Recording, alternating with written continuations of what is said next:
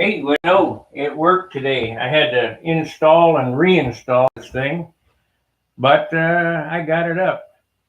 So let's see. I need to take this banner down, and that is here, and hide. There we go. Today, what I'm going to do is I'm going to clean up this bench, and we're going to do some work on the airplane. But this is basically like a hangout at John's. Uh, it's going to be an all-day process, but I need to get this bench cleaned up so I can have some working room. So let's transition over to this. Hey, Craig, sound and picture are okay. Craig, you asked me a question on Stunt Hanger. I didn't get back to you, but I can get back to you now. Let's see what that question was. Oh, about the titanium motor mounts. It's 1/8 thick. I don't know what the Rockwell is on it. It's pretty soft stuff. It's light. So I don't know what grade it is on the titanium motor mounts. It's titanium's kind of gummy. So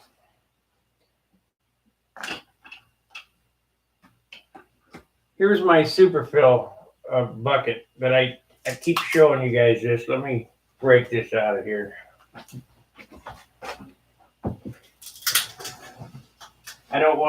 I didn't want to get it on the floor.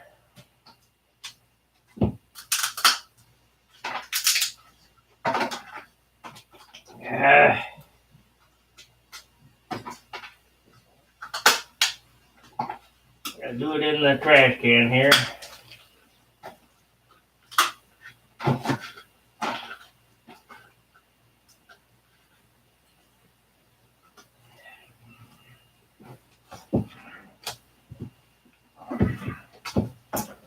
All I can say is if you guys can get any of these, you need to get them.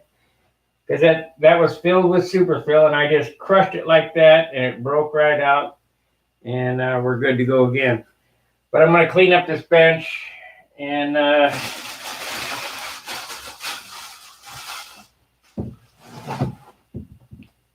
we'll get to work. I might put some of this wood away too.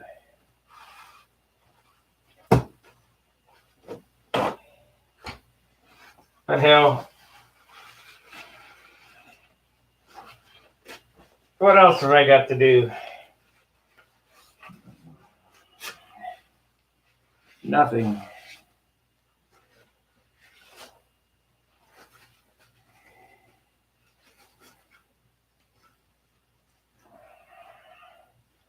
So let me get this out of the way. It's Craig.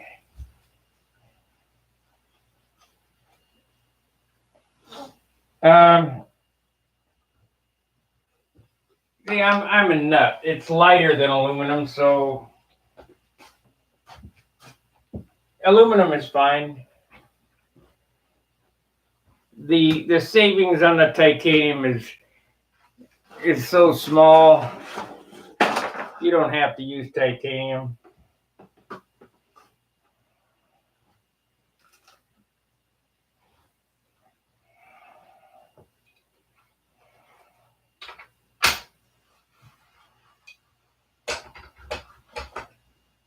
Let's see here.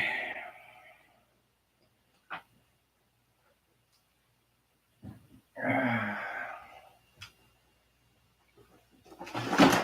got too many Windex bottles.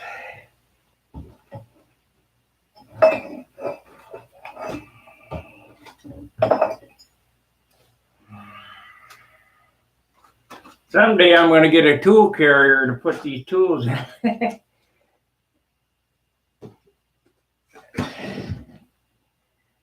Let's see here. Where can I put this? I guess up here. I ordered some half-ounce glass cloth from Balsa USA today. Probably won't be here for a week or so. But whatever, these pieces here, like I say, while they were okay, they're light, but they're generic. They don't fit quite right, so we're going to make some new bucks. And I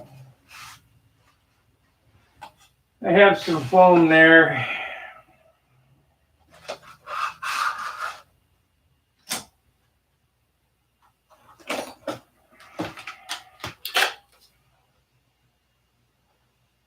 I need to put this away.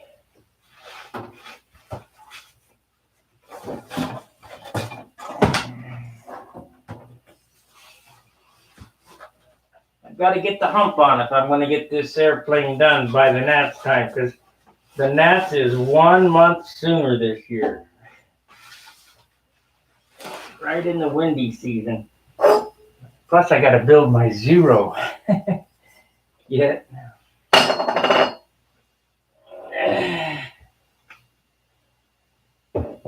You know, I'll never die. Too many projects.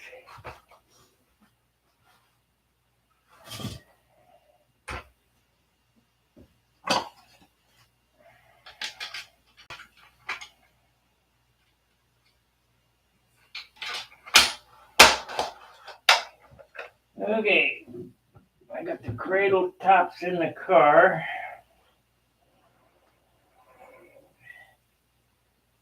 Let's get some jigsaw blades today too.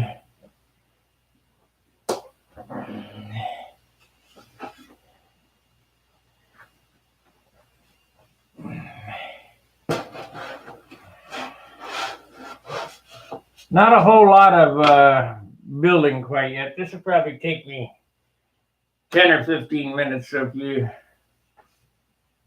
don't want to see me clean this mess up, you can always come back in 15 minutes or so.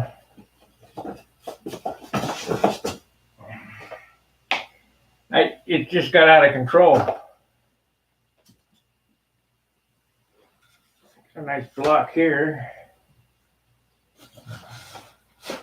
I need to go through all the wood. I won't do that today. But go through the wood and put it away. There's another one of them containers. I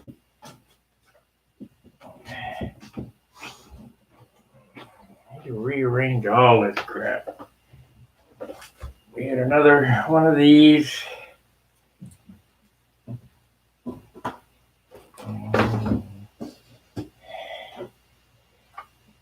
My tank.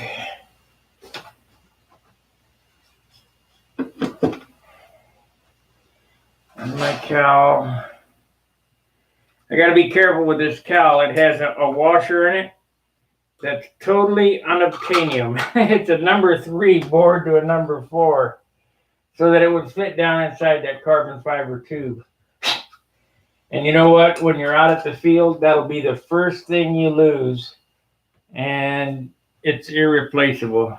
I mean, well, it's not irreplaceable. We can always replace it, but if we pay hell trying to replace it at the field.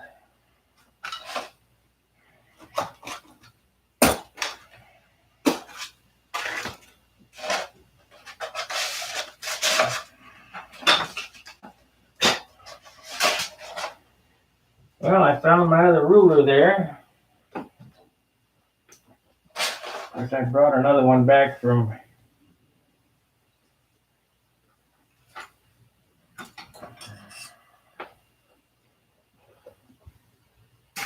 work.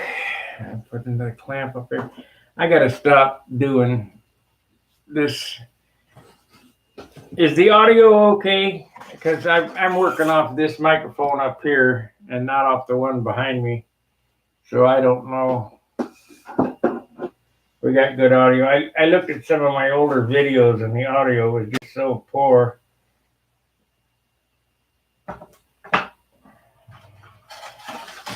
Found my calipers, so that's a good thing. I need to put them back where they belong.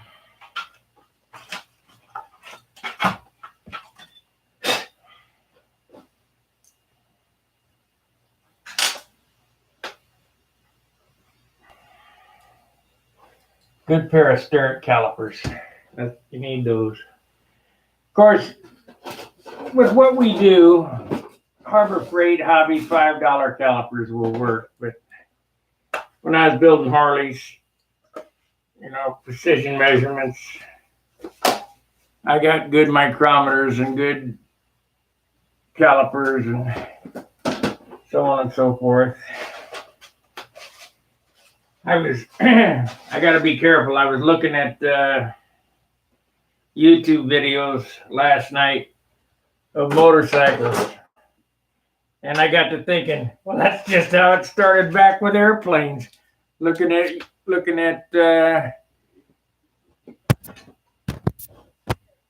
eBay. Of course, I looked at eBay last night too, but looking at eBay and spotting that Nobler. So looking at those YouTube videos of the Harleys is not really a good thing, because that'll put the bug in me again to build motorcycles, and I'm too old for that.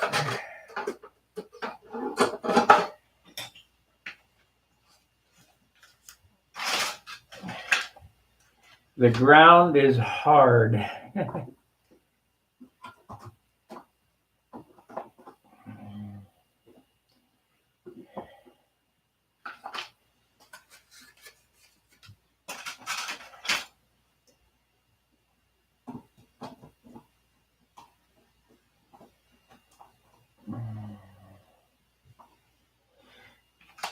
John texted me last night on his flaps,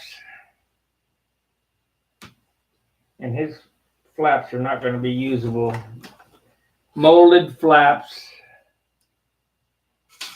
1.3 ounces a piece. That means there'll be 2 ounces a piece finished. That's unacceptable. Just going to have to find some. Matter of fact, John, I think I probably got wood over here, 3/8 wood. If you want, you come over here and look through it and pick out. I won't give you my 2 lightest pieces, but I'll give you my 2 second lightest pieces, and you make a set of flaps out of them. I forgot to tell you that last night.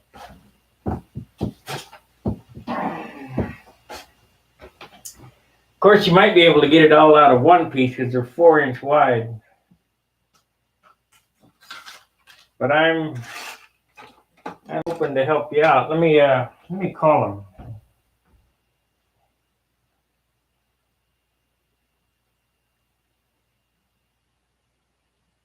Sound is good. Okay. Let me call John, and I will get him, because that is ridiculous. John Jordan.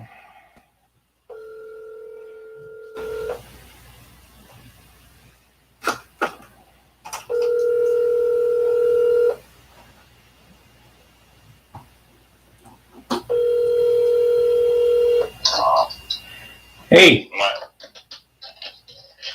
I got hello, can you hear me? Yeah. I got 3/8 wood over here if you want to come over and get a piece for flaps. Okay. I was fiddle fucking around with them this morning. Went back to bed. So, I don't know what I'm gonna do yet with them. I'm online right now, so. Oh yeah. Yeah, but I just got to thinking. I mentioned it online. I go, you texted me and said they were 1.3 and 1.2, and they're going to be way too heavy. I do have some decent 3/8. I'm not going to give you my lightest piece, but I'll give you the second lightest piece. Well, let me look see what I got first. You wanted to make them 1/2 inch. Just make them 3/8 and be done with it.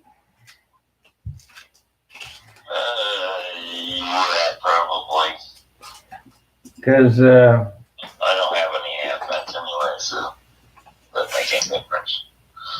Because that weight is just, like I say, unacceptable. The only other way I could do big fill them up. Yeah. Yeah, you still ain't gonna get as light as solid. Well, no, we all know that, but I mean, it'll be later than what the other ones are. That's a shame, because that would be really good, to mold them like that with the foam, but. Oh yeah, they came out real nice. Look neater now. They're stiffer as shit too. Well, that Kevlar helps. But I don't know, just too heavy. Yep. All right. Well, I'm back up. Let me go back online. I'm cleaning off my workbench, so I get to work on this thing today. Okay. All right. Talk to you later. If you want to come over and get some wood, let me know. Okay. Thanks. Bye. Bye. See, that's what friends are for.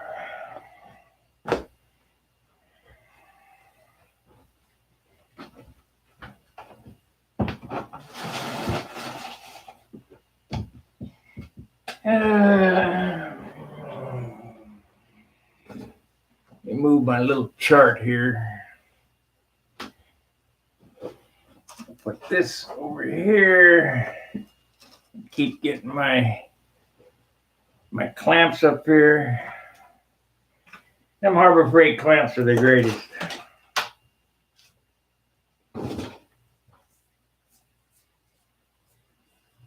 Let's see here. I'll put that there.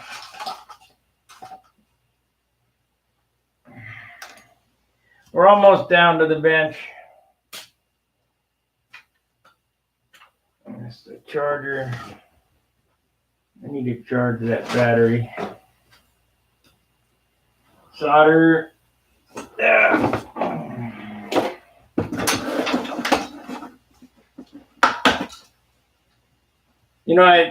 This Weller soldering gun is different than the ones that I had. This newer one seems to be better. It's not made Bakelite.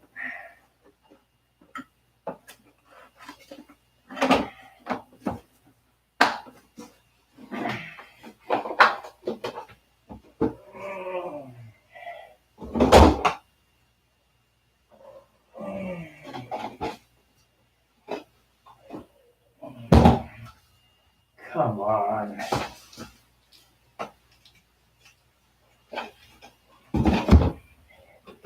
There's no room. Anything. Get over there.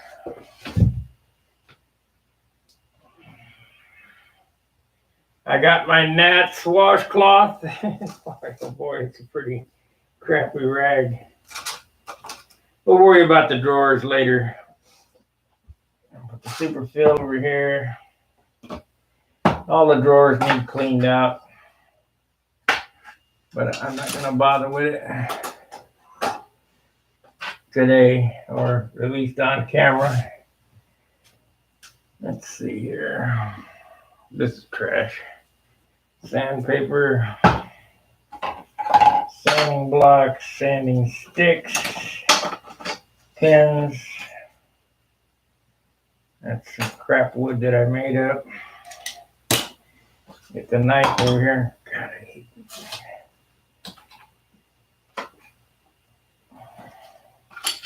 Okay. Get the spinner. Mixing.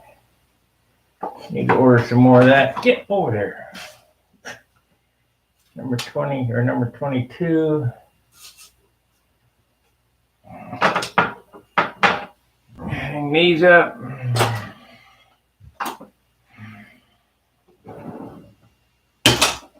Yeah, the drawers get really discombobulated because there's no room.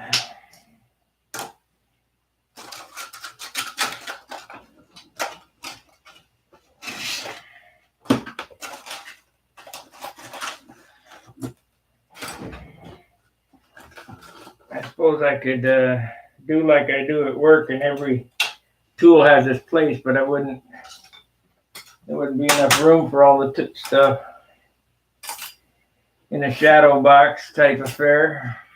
There's a landing gear. Might use that. No.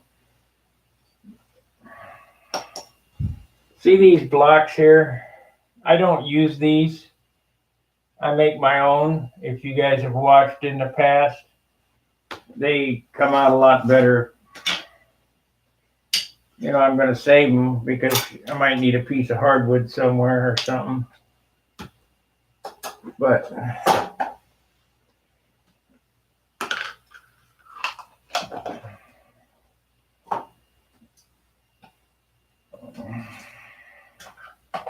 we got pins and boxes and crap.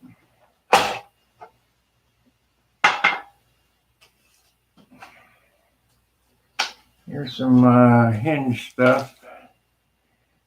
But I got boxes and boxes of that. Okay. Pilots. I'll have to do up another pilot.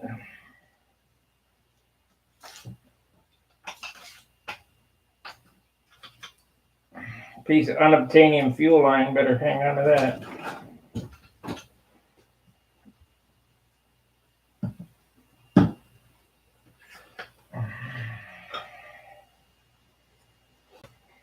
Okay, so let's get the trash can.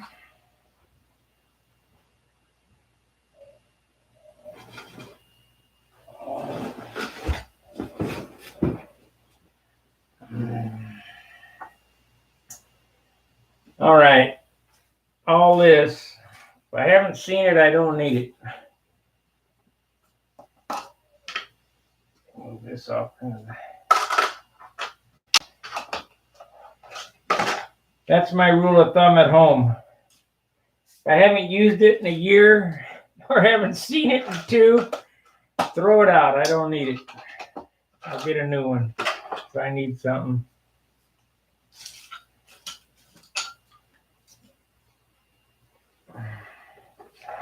By the time you do that, you'll need it. Okay, I don't see anything life-saving here.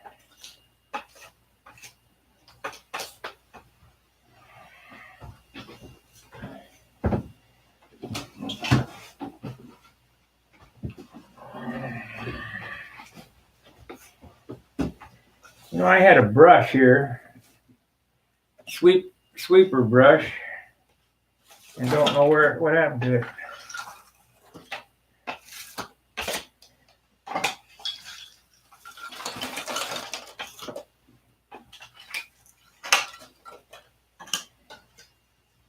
Might save that piece.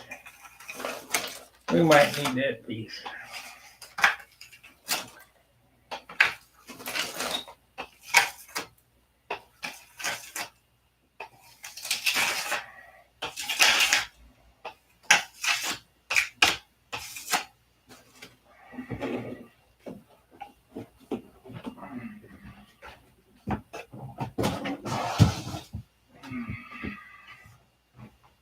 Okay.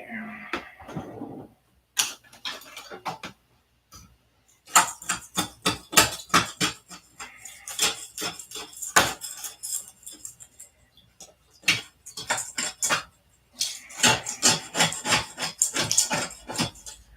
wonder what happened to my brush.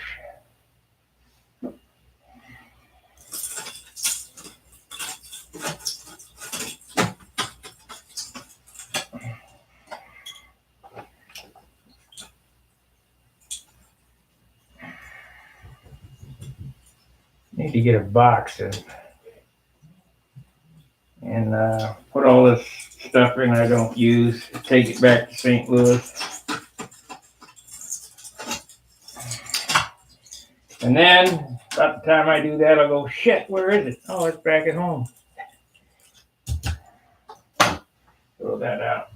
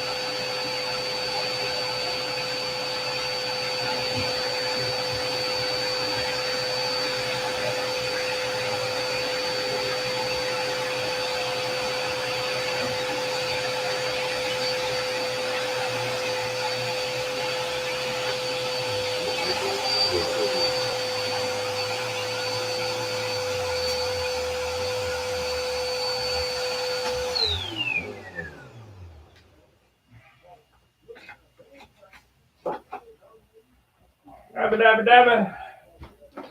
I hear him babbling. Yeah.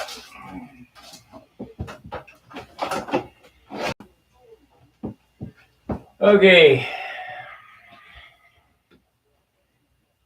I'm good to go now. Told you it wouldn't take too long.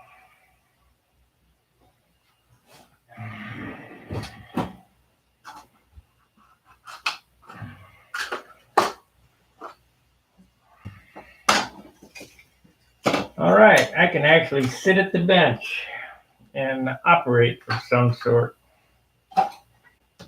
And I'll work on it more later today.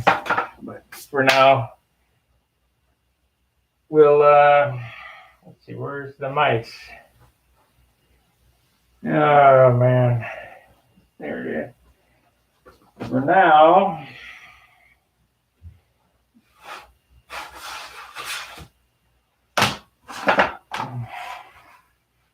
we'll go back to the other camera.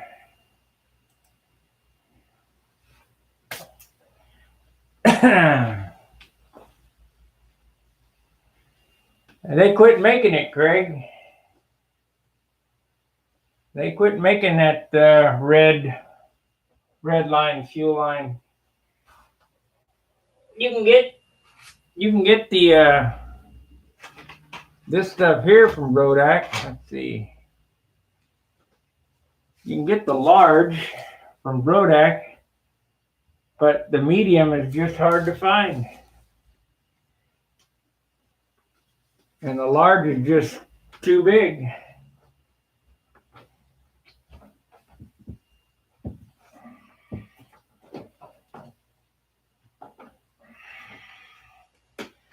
I was watching this morning a couple guys building a carbon fiber real airplane, and it's called the Dark Knight. And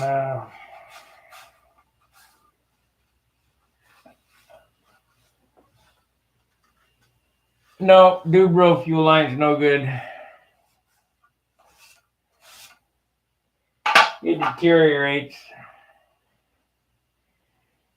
Anyway, this airplane was called the Dark Knight, all carbon fiber layup. Really good looking airplane. I can't remember. I subscribed to their channel, but they didn't understand about airflow. So I just put in there the airflow has to be, outlet has to be 2.5 times more than the inlet to get proper airflow. So we'll see if they write me back. And they probably think I'm just an old guy building toy airplanes. What the heck do I know? Well, I know some stuff. I did work on real airplanes too. Okay.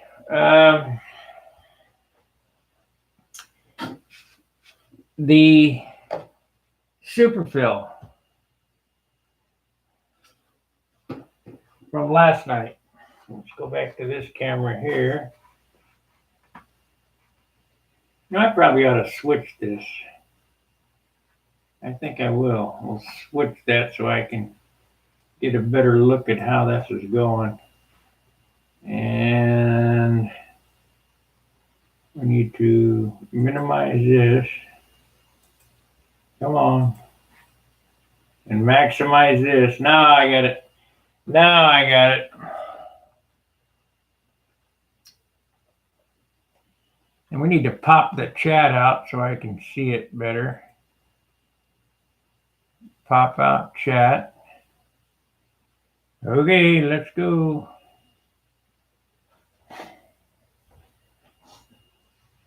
All right.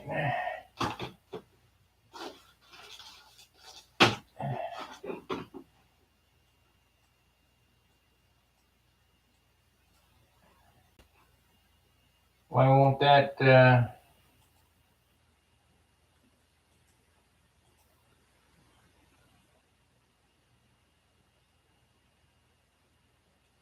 now I can't get the chat back. God, man, I'm so sick of damn YouTube. Them guys monkeying around. Restore chat. Unbelievable. They've they damn near made this thing unusable.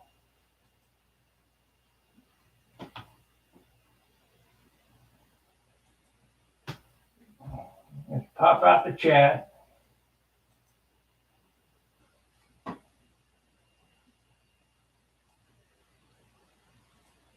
Okay, so we got the chat popped out. Now I got it over here. That's good. I'll move this over here. And this over here. Want the chat back. Chat. There we go.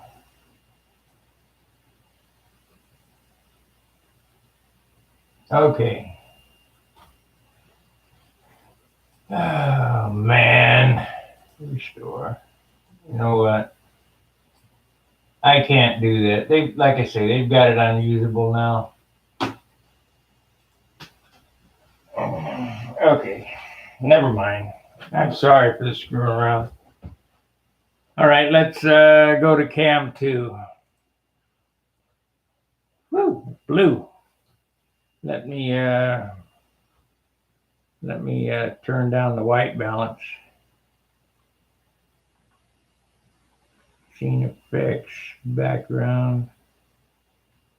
Where's the white balance on this? Oh, man.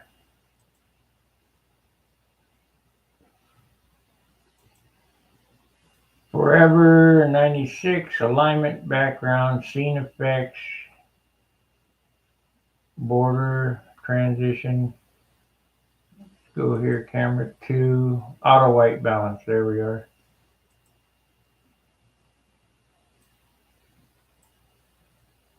There we go. Yep, camera 1, camera 2. Okay. Sorry about the monkeying around. I just they've got it all screwed up. Anyway, super fills in and it's dry. This, and I mean it probably didn't gain hardly any weight. You know, maybe a quarter ounce. I don't know. Shoot, I didn't get that wiped off. So now I got to get a grinder in there and grind that out.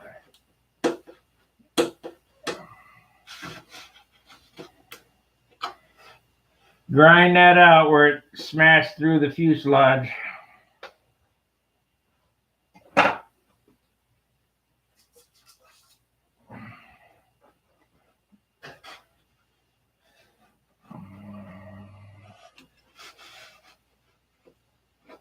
Yeah. I don't dare cut it because I could put a stress riser there. But I need to, let me see. Yeah, it's going to be too much. I guess, I don't know.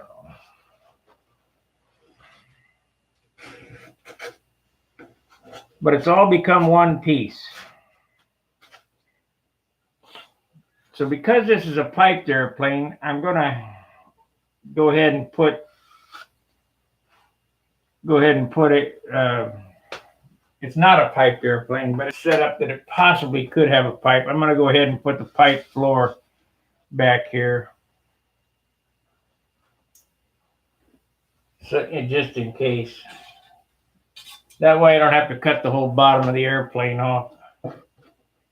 Let's see. 19. And we'll go ahead and put a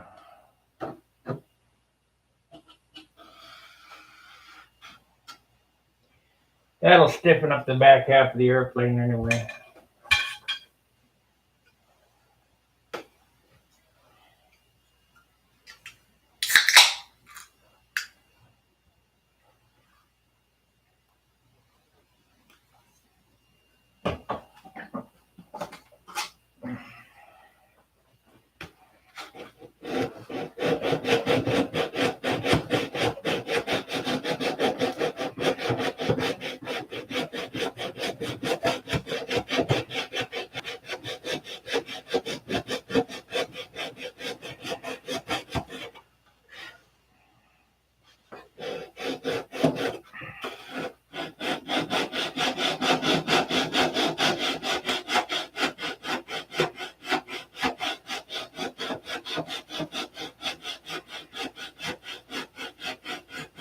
You know what? I'm not going to do that because I'm not going to make this a piped airplane. I just know it.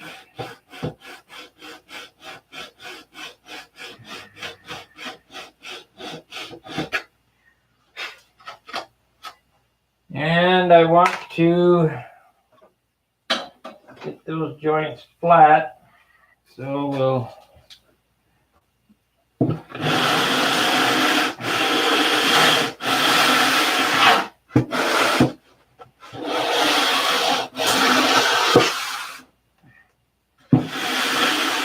I thought about cutting the inside of this.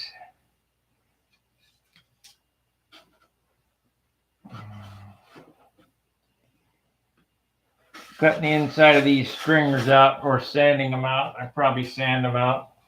We'll get a little bit of, let's see how easy they sand.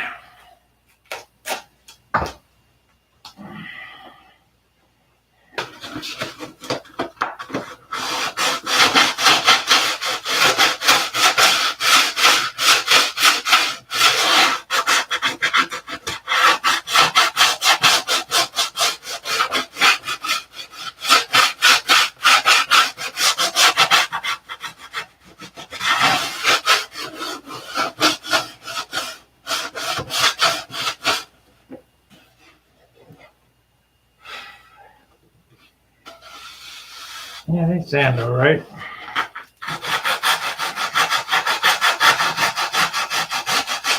I'm just taking 50% of that wood out of there by sanding an angle on it.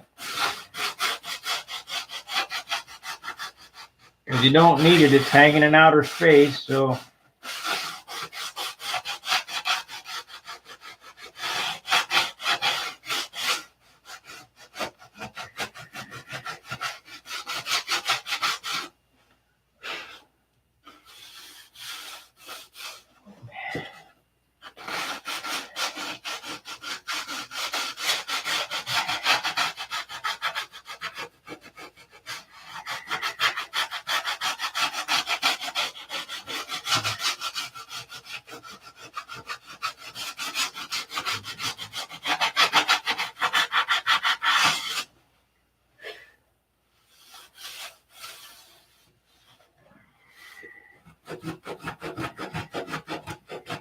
Yes, does it help? I don't know, it can't hurt.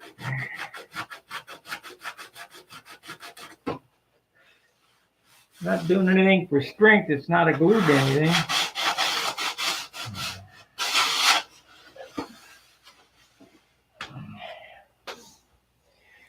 Let's see here.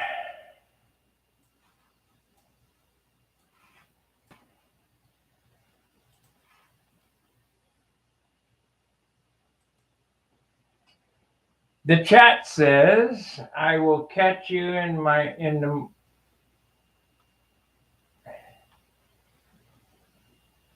I don't know how that happened. I will catch you in my morning. Have a great day. Okay, Greg. Craig, I mean, have a great day. Looks good here. Okay, great. You got the super film. Well, I did it on camera, John. I did that around 8 o'clock.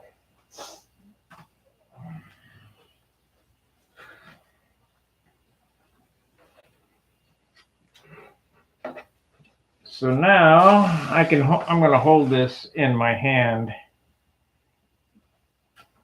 like this. It's easier to sand because this is the other side. Yeah, this here. Can't tell which camera's which.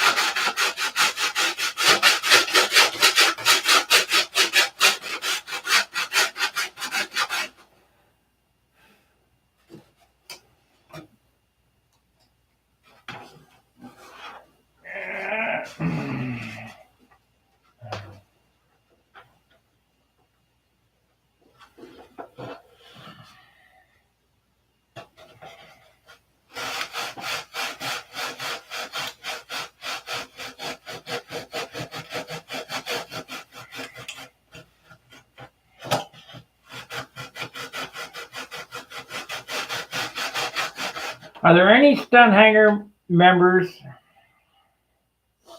or stunt hanger guys on here who would like to host stunt hanger in your country?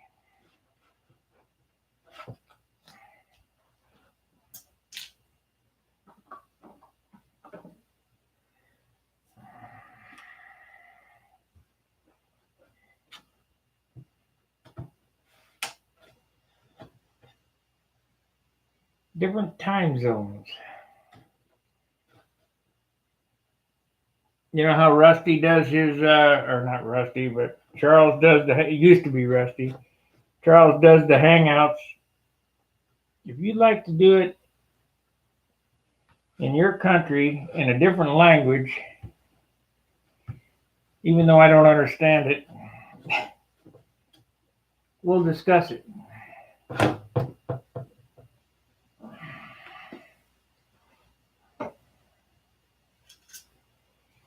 Or any other modeling channels that would like to collaborate with me.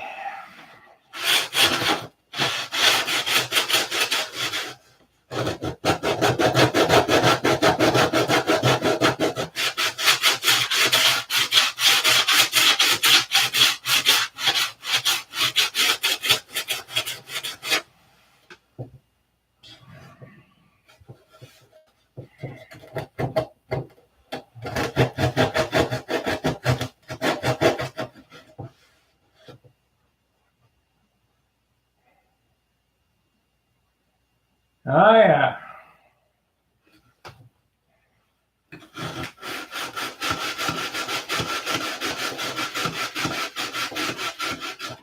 You know what? Let's leave those saddles like that because I'm going to cut into this. Let's do that now.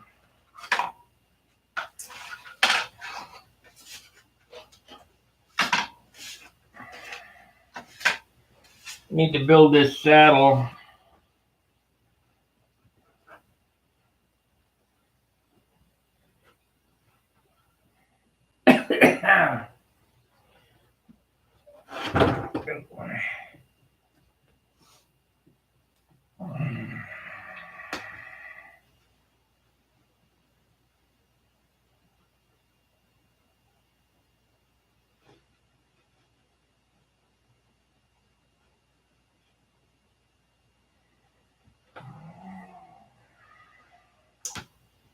Need a pen, pencil, crayon.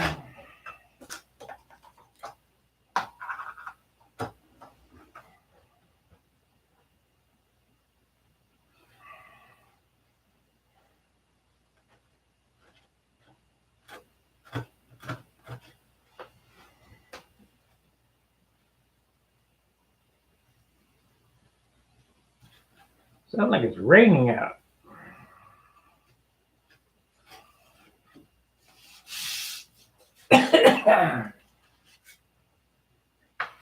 Let me look out here.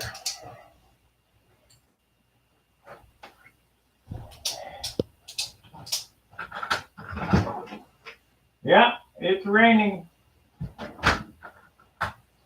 We ain't be going nowhere today. Okay, so now we'll get the calipers and get a measurement on this. I'm going to want to put a saddle in this to stiffen it up. So we'll use a piece of 1/8 inch, but it's only going to be 1/4 inch wide. And that'll get glued on the inside underneath this longeron.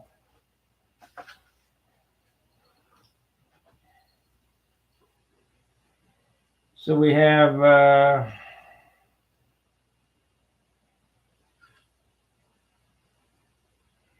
578 thousandths. So it's a little bit thicker than a 1/2 inch.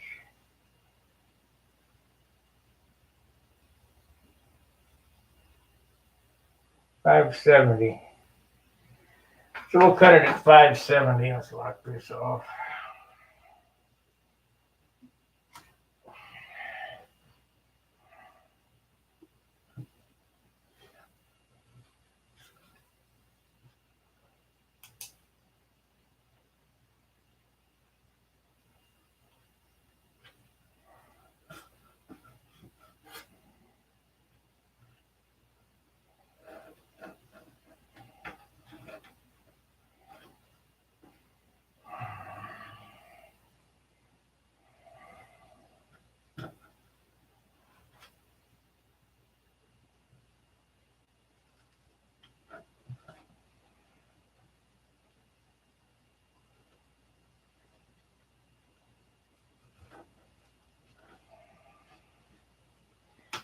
Okie dokie.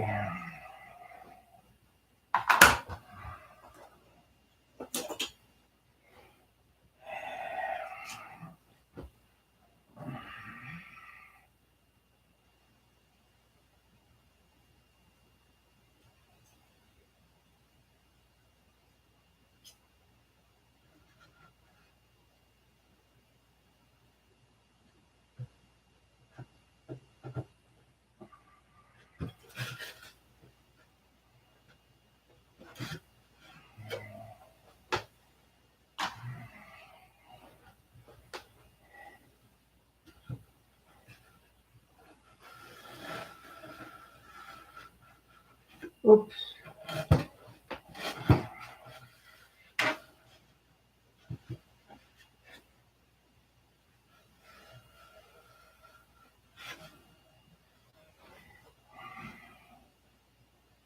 That is too much.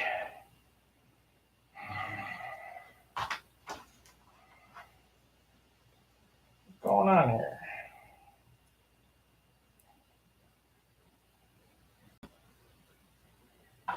Too much.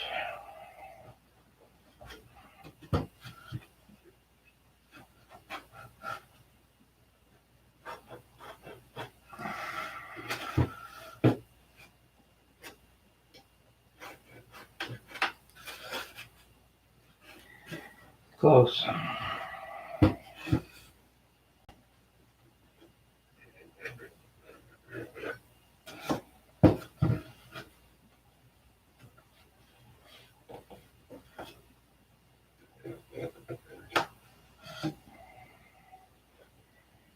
So I want to cut a round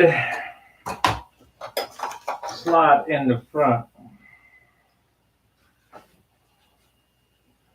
That looks pretty good.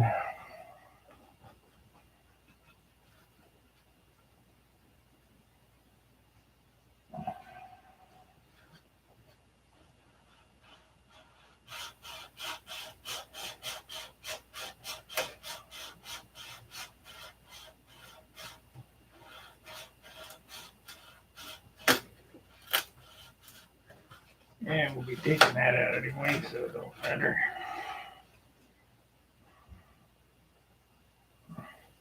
Leading edge.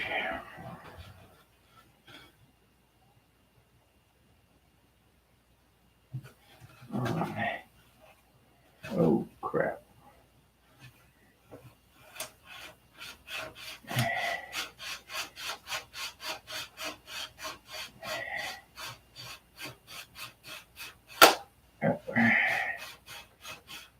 Take that away. Okay, so the X-Acto knife went where? See, it doesn't matter if I got the bench clean or not, because the minute you set something down on it, it's buried. But at least we started out clean.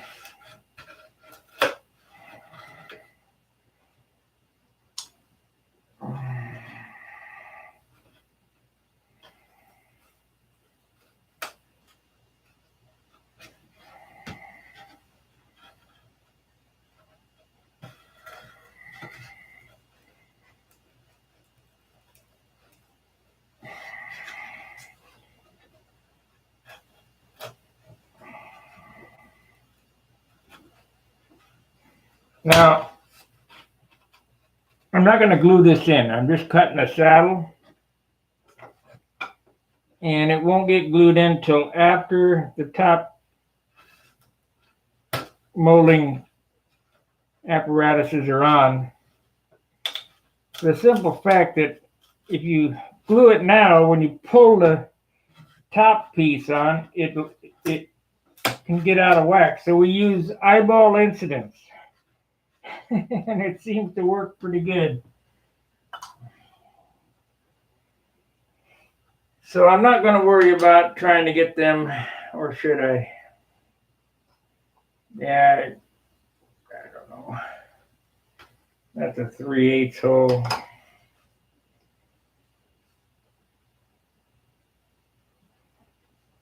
It doesn't much matter because it's going to have to be Let's see how that works.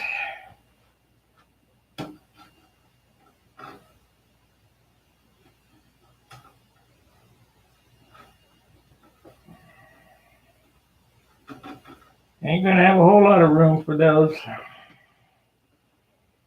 Gonna be small. That's the way it goes. Might have to remake those flap clips, flap horn and flap clips wider. I don't know.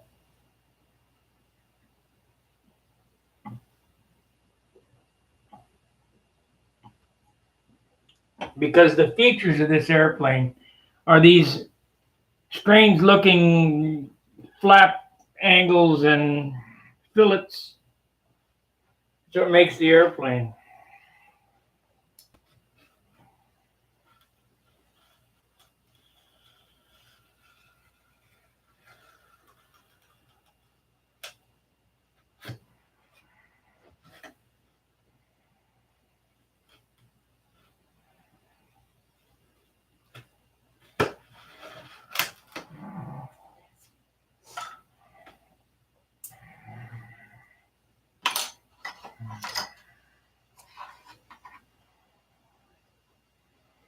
So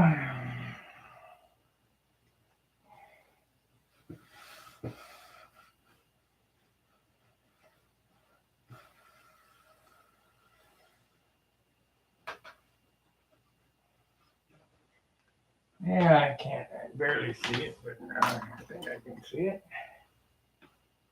Yeah, I can see it.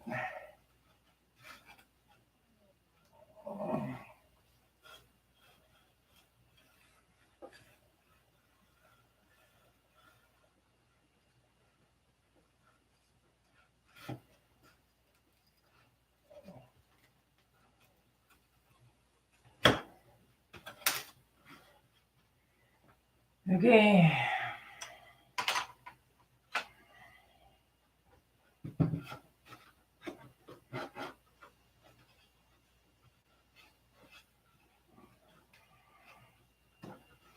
A little bit on the trailing edge.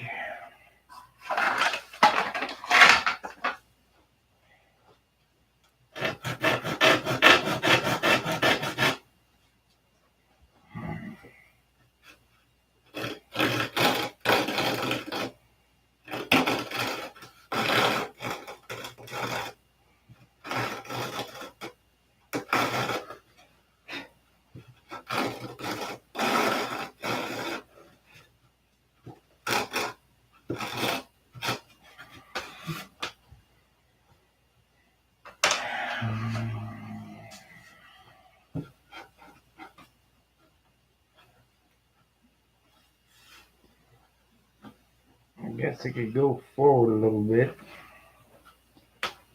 I could go forward a little.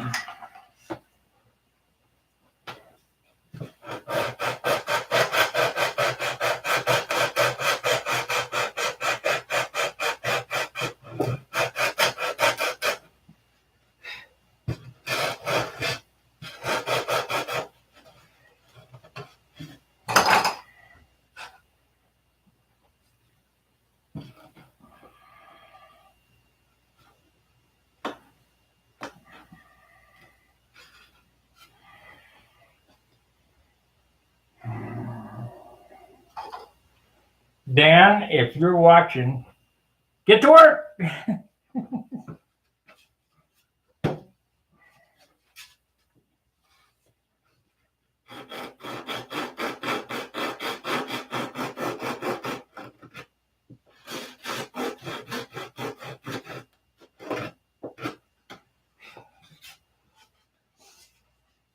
I'm thinking about what my next project is already. There we go. Perfect fit.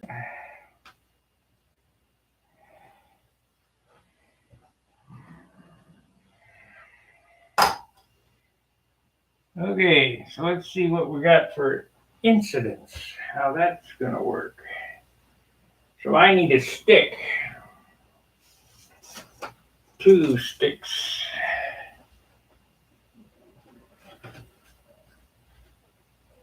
Perfect on this side. Looks good on that side.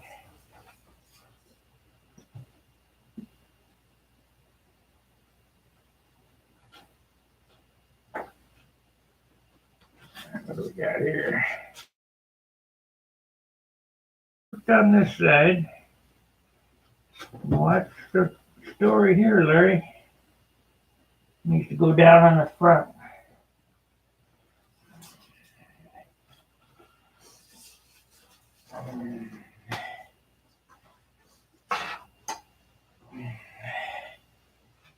Yeah, I guess I missed the line a little bit.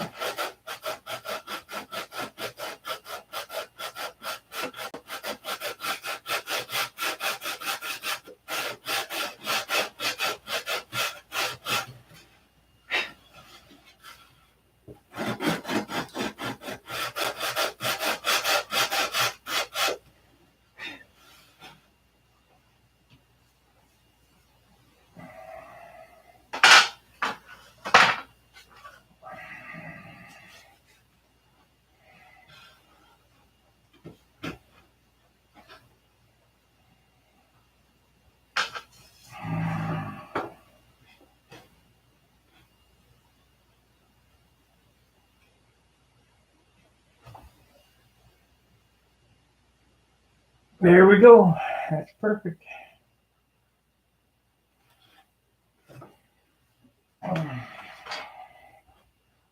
Okay.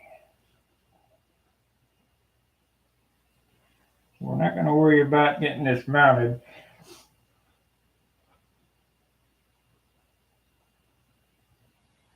Oh no. You know what I did? I cut it on the wrong side. Holy moly. What a mistake that was.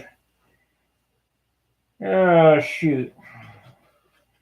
Wasn't for bad luck, I'd have no luck at all. What the hell am I thinking? So, we got a repair job already. Why didn't you guys say something? I got it on the bottom. Okay.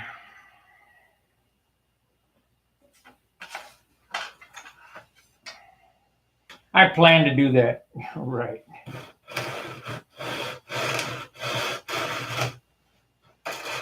Okay. What an idiot.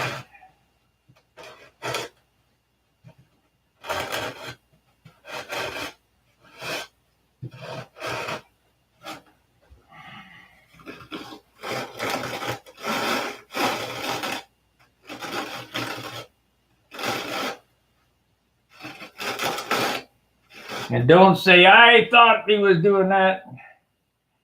¿Qué onda? ¿Qué pasó? Okay, John.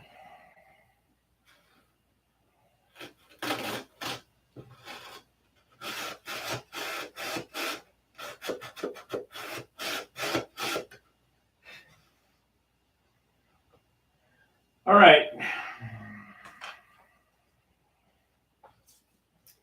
I guess that could be my tail wheel mount.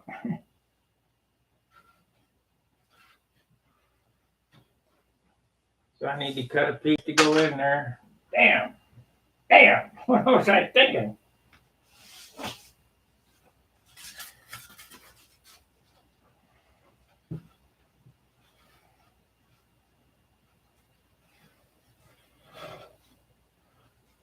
Hey, Jack. Damn.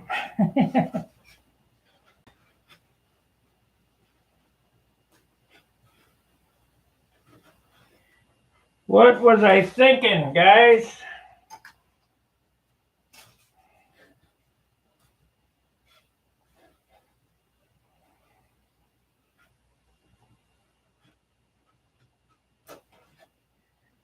I got to looking at it going, wait a minute. The horn is on the wrong side. And I thought, oh crap, hope I didn't put the wing in upside down. No.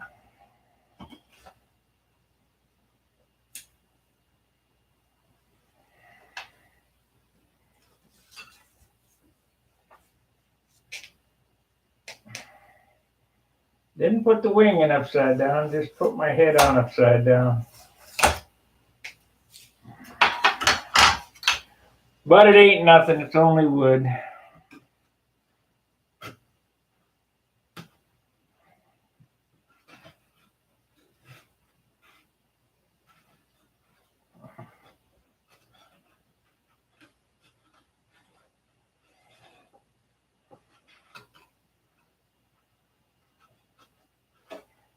Okay.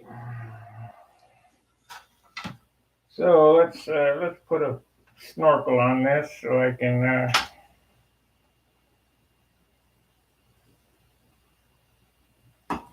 get a good glue joint. See, this is live in I make mistakes. But it's knowing how to fix those mistakes and just carry on.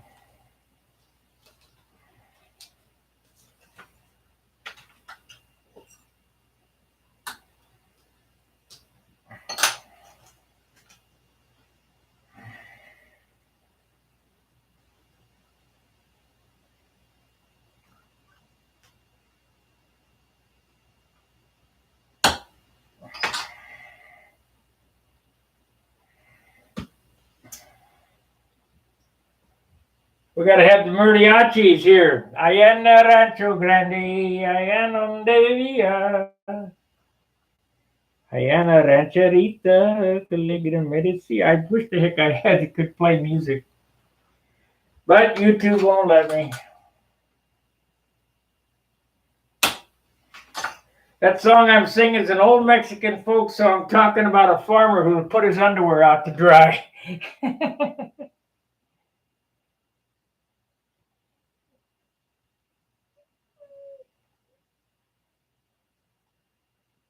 Pretty crazy. Okay.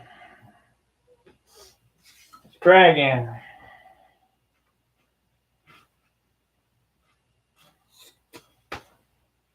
Actually, I don't like the fitment of this. It's too sloppy.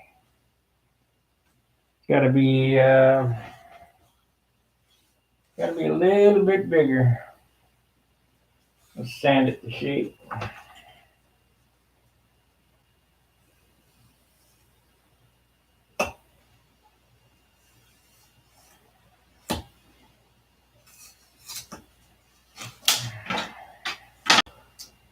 This little mistake here is kind of like the guy who puts his weight box on the top of the wing. Oh, I meant to do that. Yeah, sure you did.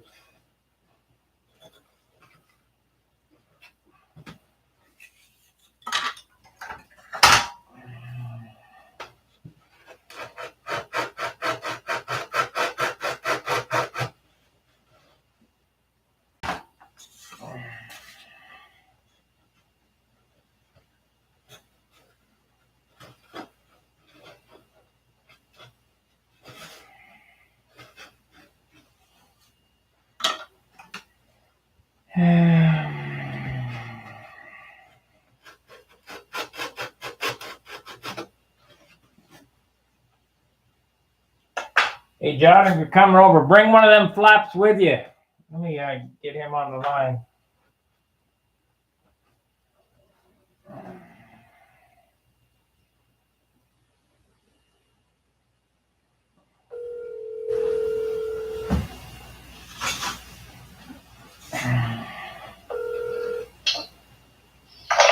Hello. You left yet?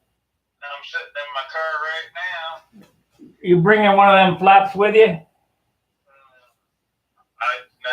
have any with. I didn't have with me now. Yeah, bring one with you. I want to see one. Okay, I have to get that get so I can get them. Glad I caught you. All right, buddy. See you in a minute. All right. Bye. So it's going to be Saturday at Sparky's or Sunday at Sparky's with John.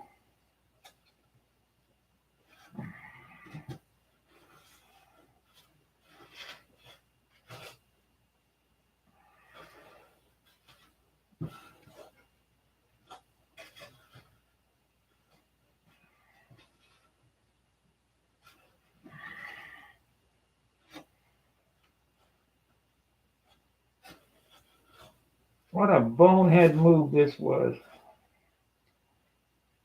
Okay.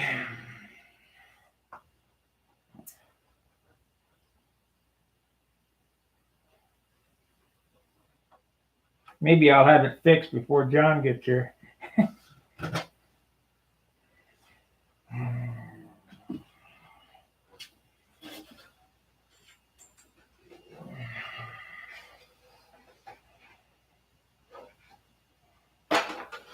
What a bonehead move.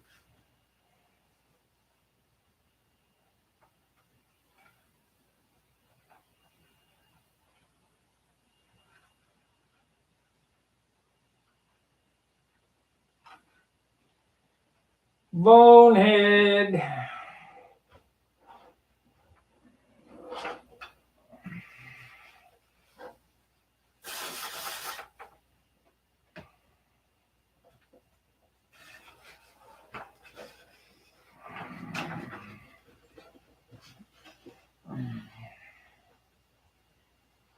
Okay.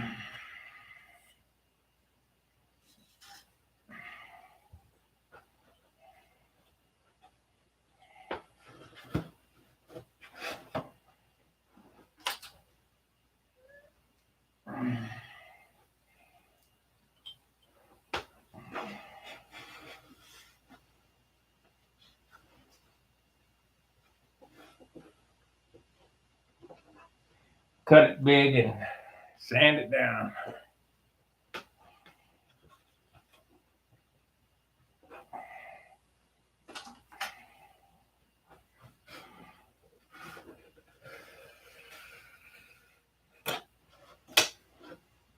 Yeah, man.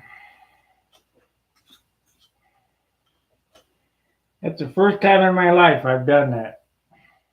That's no kidding. I'm not BSing you there.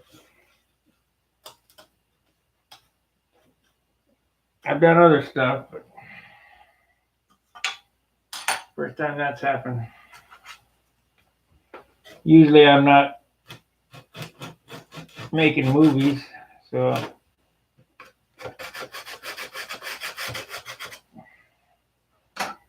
no excuses.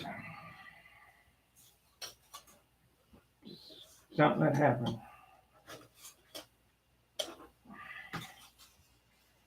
But we'll have it straightened out here in a second.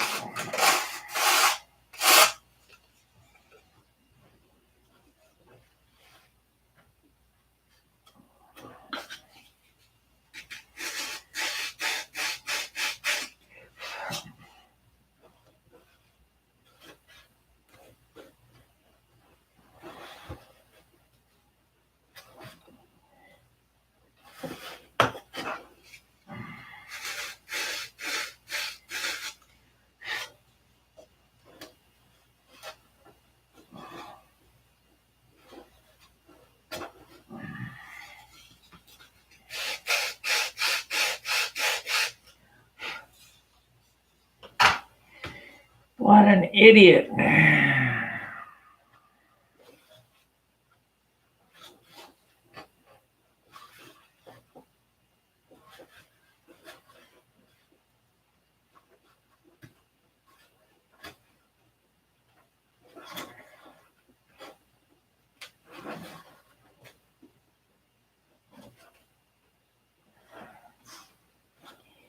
But if you don't make mistakes, you ain't doing anything.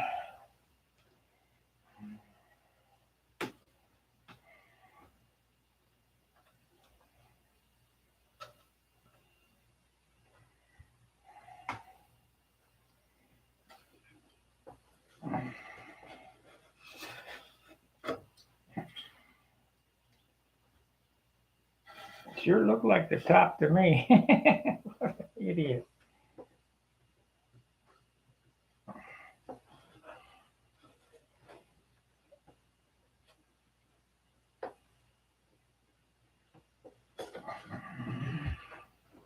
I plan it that way. That's where the tail wheel goes. Not.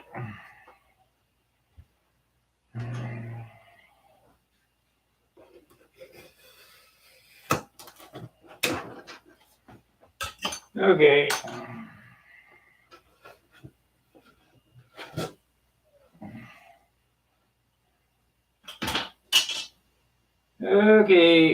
got her fixed.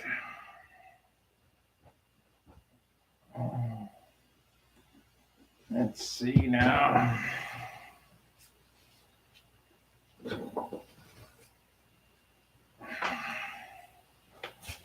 Yeah, I don't like that. It's bowed.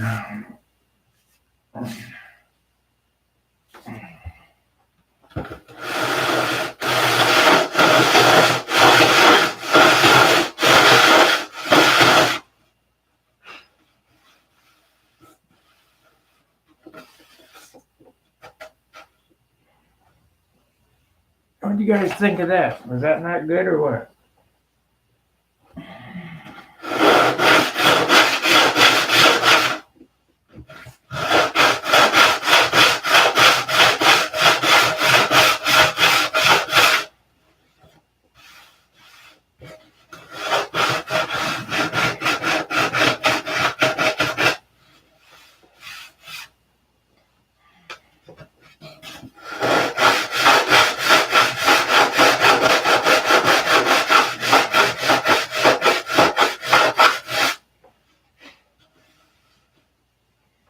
Let's see here. Let's use this.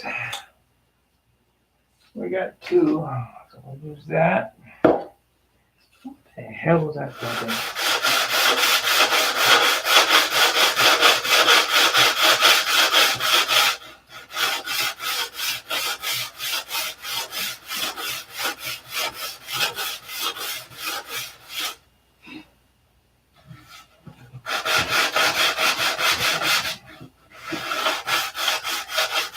I don't know if you guys ever saw the video where I put, I think it was that airplane there. I put the stab in and the airplane was done. And over John, they said, the stab's in the wrong place. We got to move it. That was a project. There, that fixed that.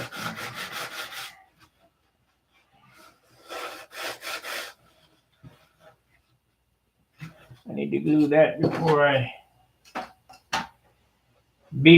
I sand it.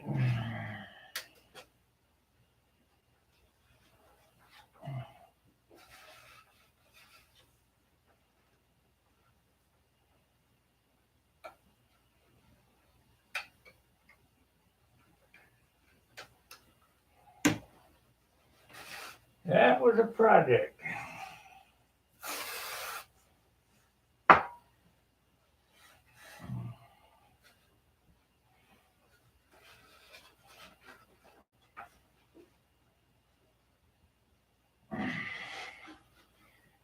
Okay, now it goes in this side. Moron.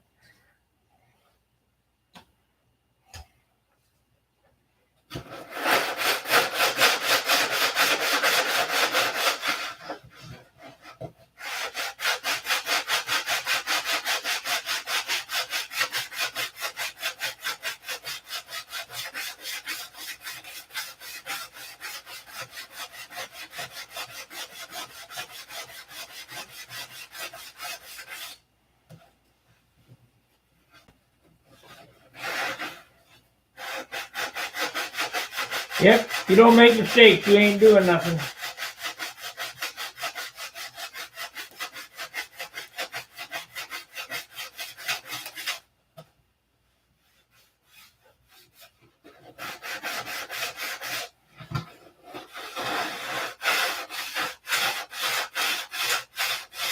There you go.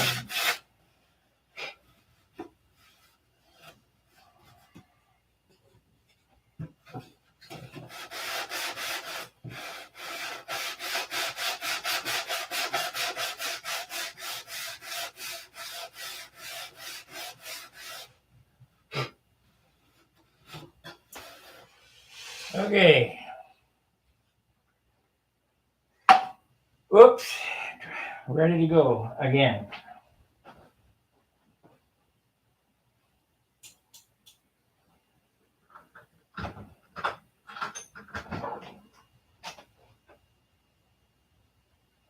Well, it must be just humid. It's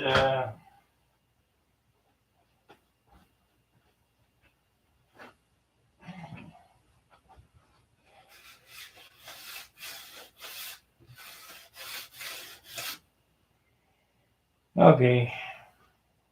Damn. Okay, at least all the tools are still set up, I think.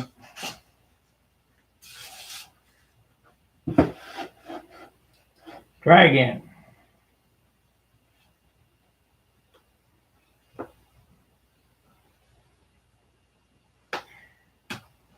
That looks better. It looks better.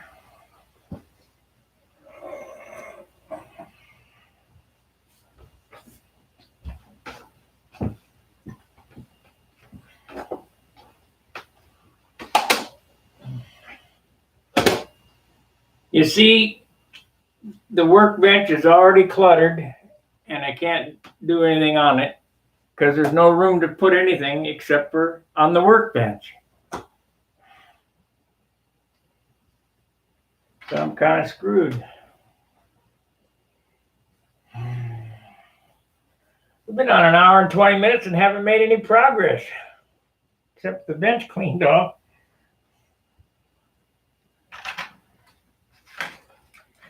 Let's try again. So it goes right to there.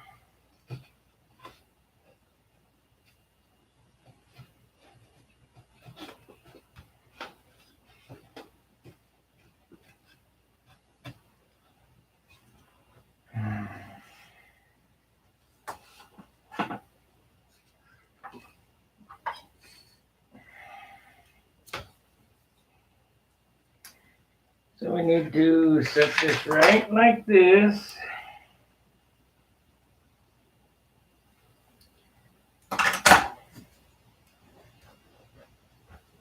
What a bonehead.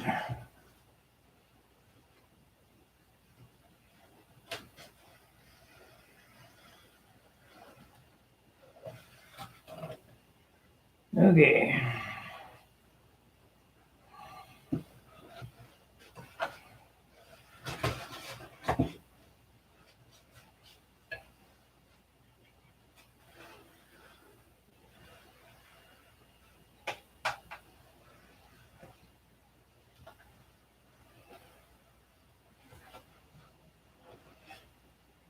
Okay. Try again.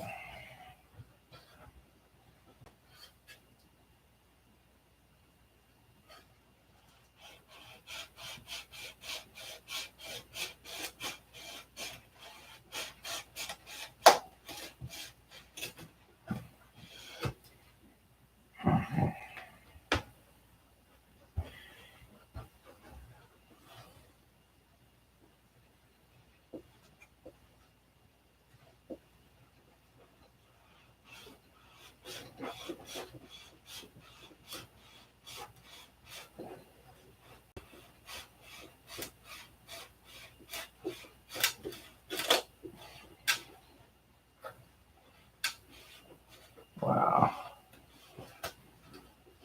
Okay.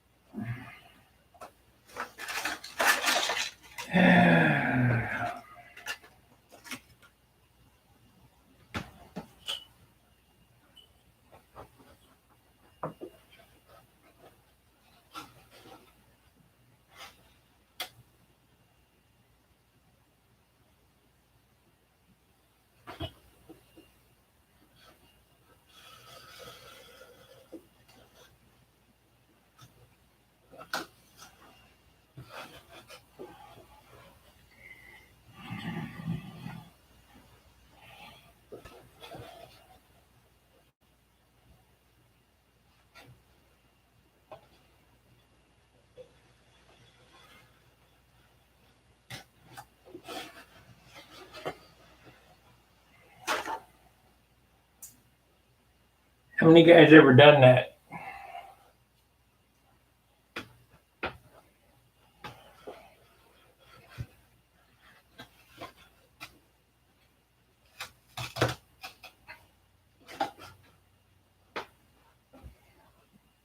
Pretty bonehead.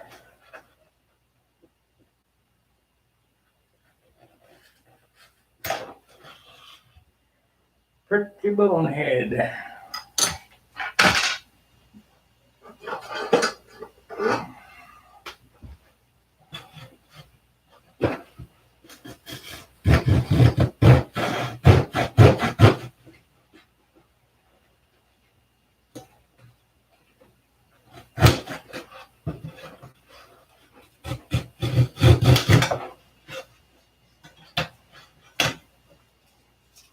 get that out of there now. Okay, we're back to square one.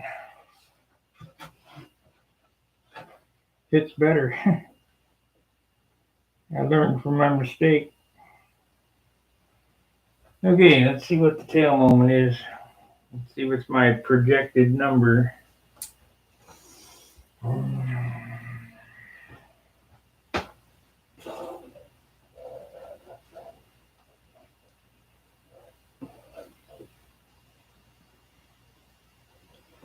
Actually can get moved back a little bit.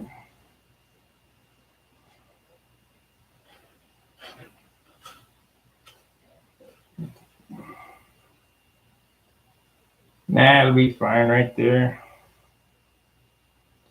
We'll just leave her right there.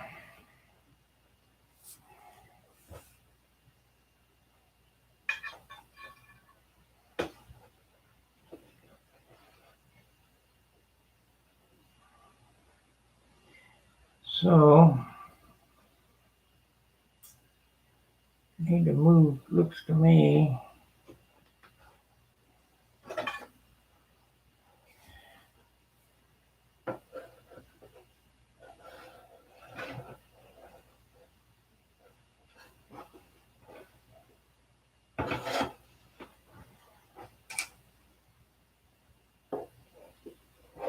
That's close. You'll be fine.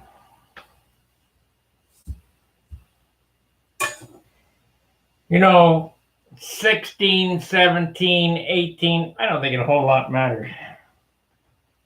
Just stick it back there, and if it works, it works. So, let's see what we got for this. Let's see if this fits. I don't think so, though.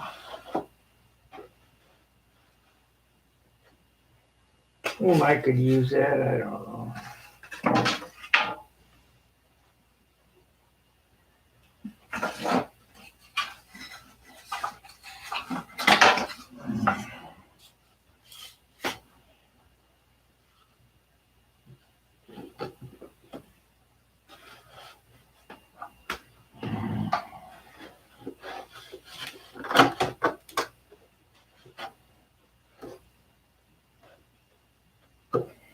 Yeah, I guess we could use that for the top.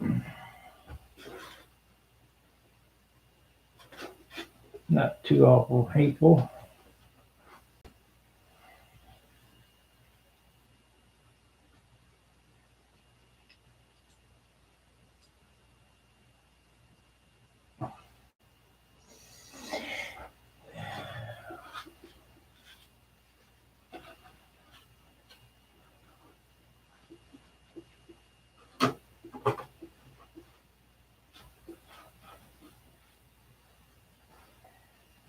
So that needs to be swooped down and it needs to cut in. I don't know. I don't know. We gotta cut this opening out here.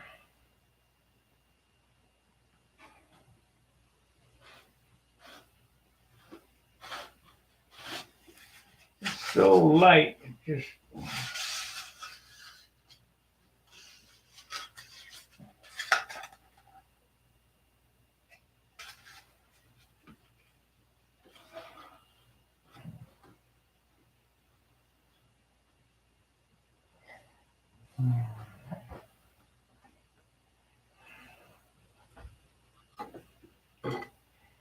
$17 and $7.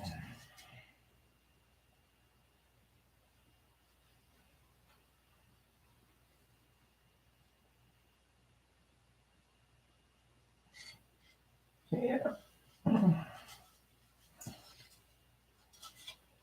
See here.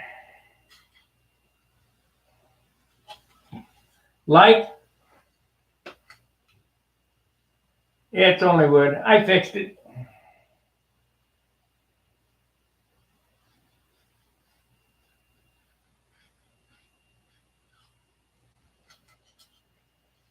Like, subscribe, share. super chat. If you're not a member of Stunt Hanger, make sure you join. Use your real first and last name. So that's going to get cut down there to that line. And this will open up here.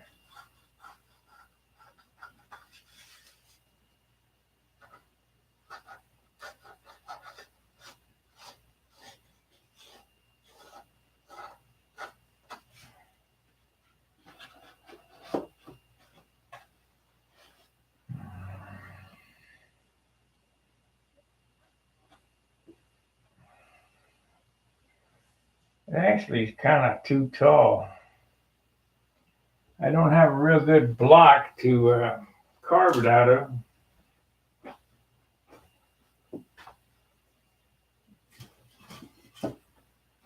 It's a 1 inch. This is a 1 inch block. It would take, well, no, 1 inch would do it. Let's see if I got a 1 inch.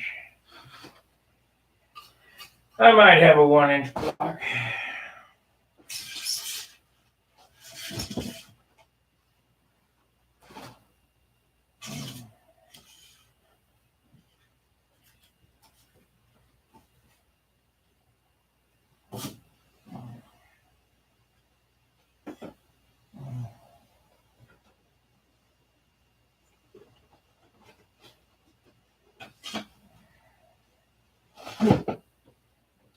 Yeah. No 1 inch block. I guess I've used them all. Oh, wait a minute. There it is.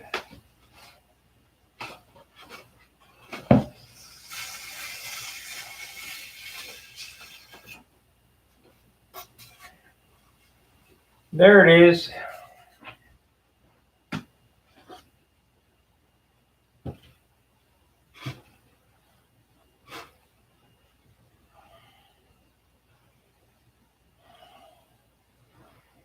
$236.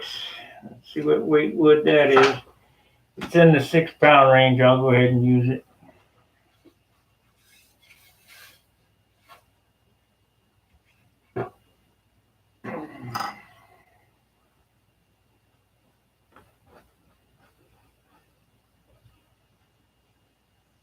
Thank you, Emilio. Muchas gracias.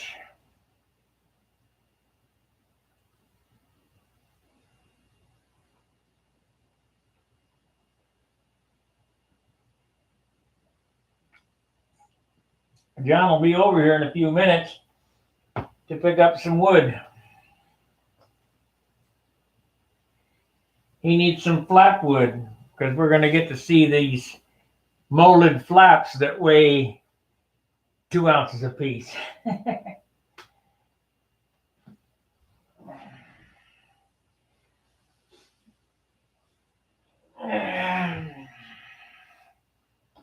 There is nothing lighter than solid wood if you got light wood. I need to check this here, so give me a second. I'm hoping that's correct numbers. Oh, come on, get my shoe on.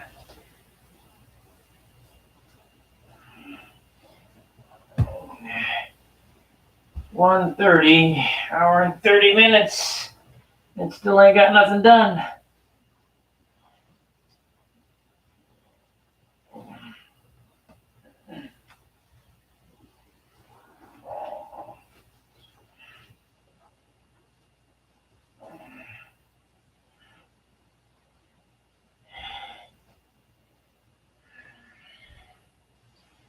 Okay, where's my mice?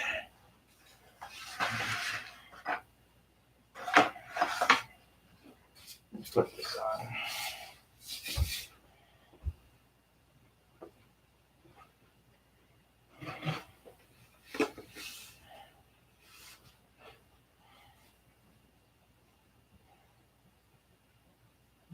No. This side. Inboard, yeah, inboard.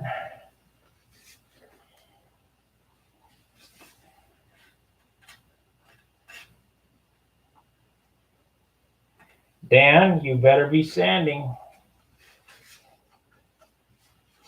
You know, I watched your important video about leveling the bench up. Well, that's great, but you got to get something on it. Time is too short.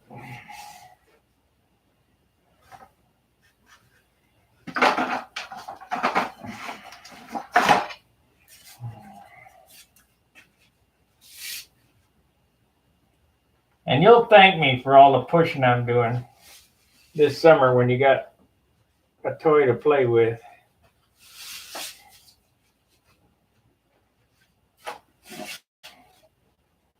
Okay, let's make some sticks here for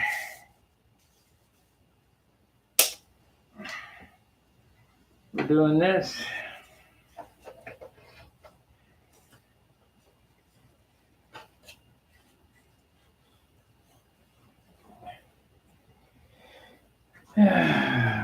Crap.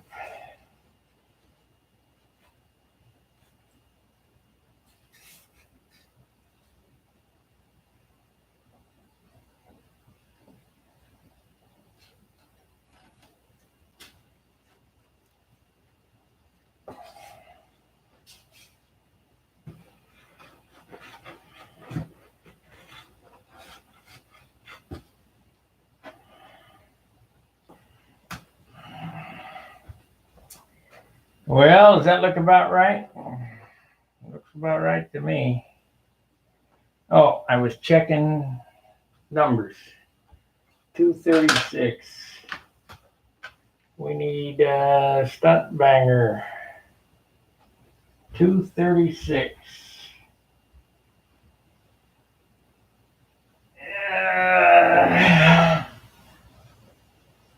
Let's see here. Home.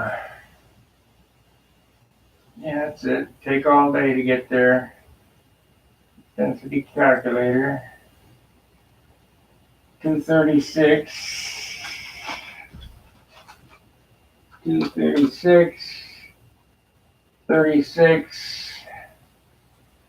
Width is 4. Thickness is 1.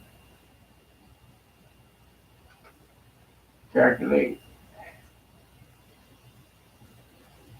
6.24 pound. It ain't 5 pounds, but I guess I'll have to use it.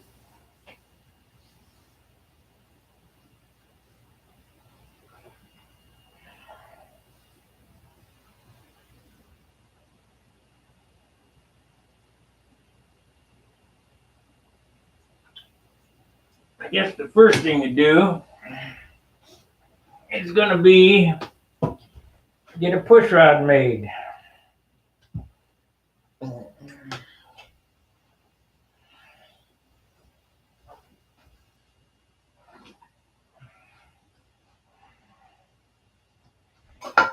So I got half of one here.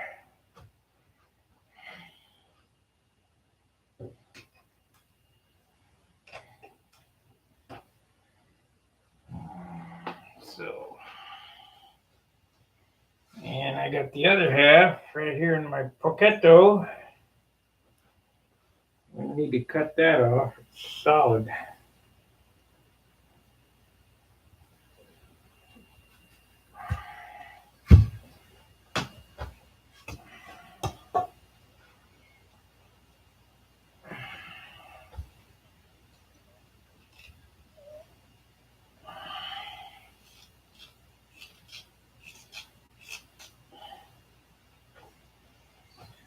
See how nice that push rod end looks? It's a titanium insert. It's that titanium insert there. And then an aluminum collar goes over the top of the push rod. Like so.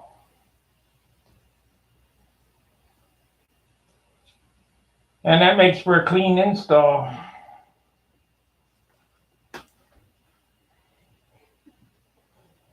Unfortunately, that's what's not done here. I use the push rod in the push rod method, which is fine. It'll be fine. I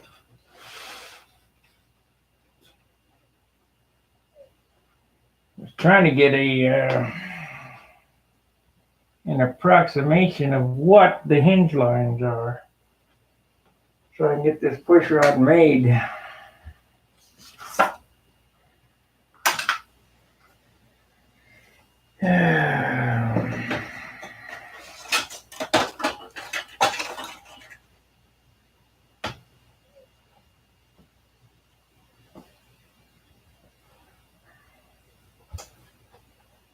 Okay.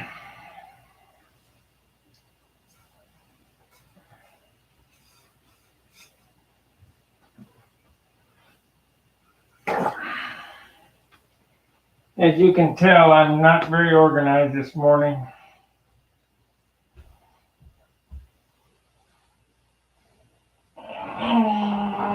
Too early.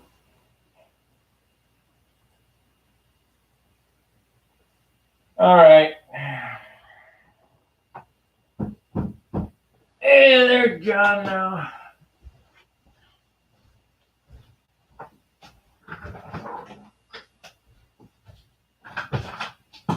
Where's that flap? Oh, we got it. Well, damn right. Even though I want to get them wet, no matter what. Okay, we got John over here now. What's happening?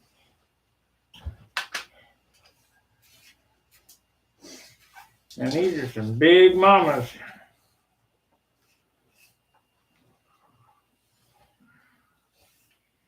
I don't like it that loose, but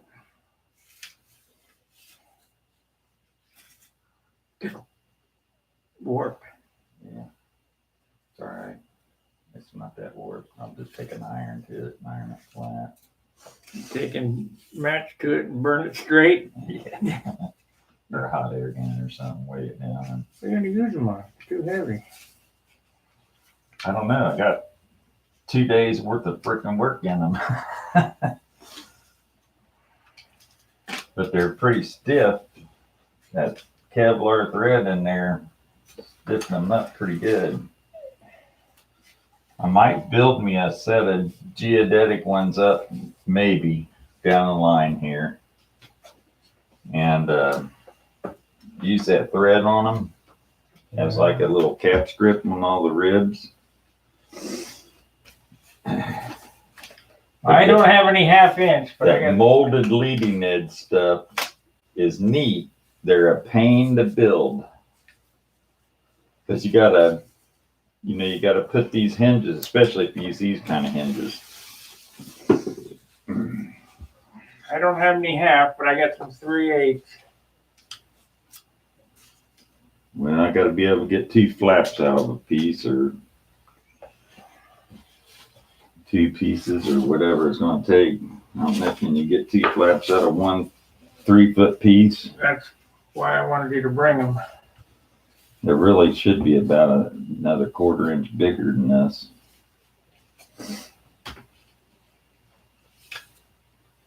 Bet you can't. I don't think you can.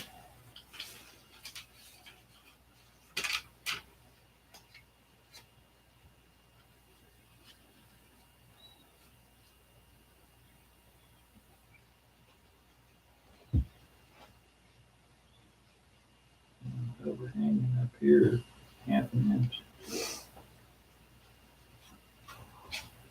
Yeah, gotta take 2 pieces. I didn't think you could get both of them out of one unless it was a 4-foot piece, which are unobtainium. Man, I hate to give you my good ones.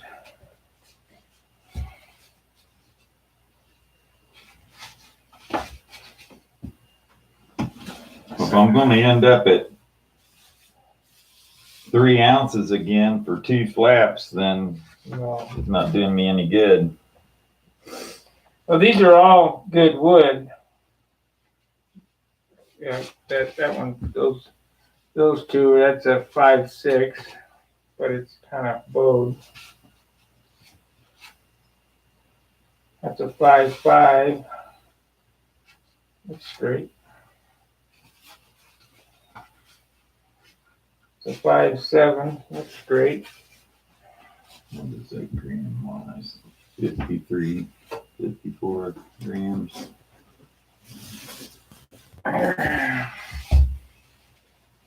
91. That's a 6.4. That's no good. 78. Huh? 78 grams. 82 grams. An 85. That's 6 pounds. I mean, it's here's a 5.2. 75.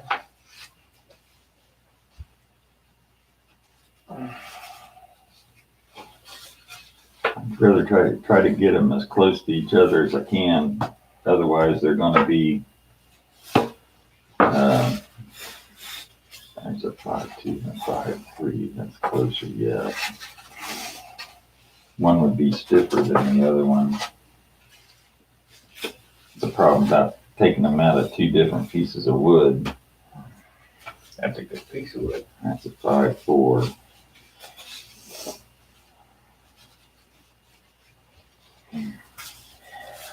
Use a 5.2 and a 5.3. We'll see what comes out of that.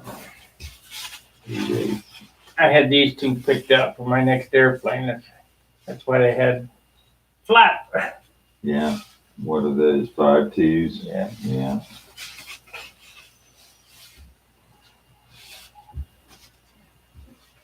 Still not 4.2. Really, I'd like to be 4.2. Yeah. I got that one piece at home that's 4.1 or 4.2, but I was going to use that for my stab.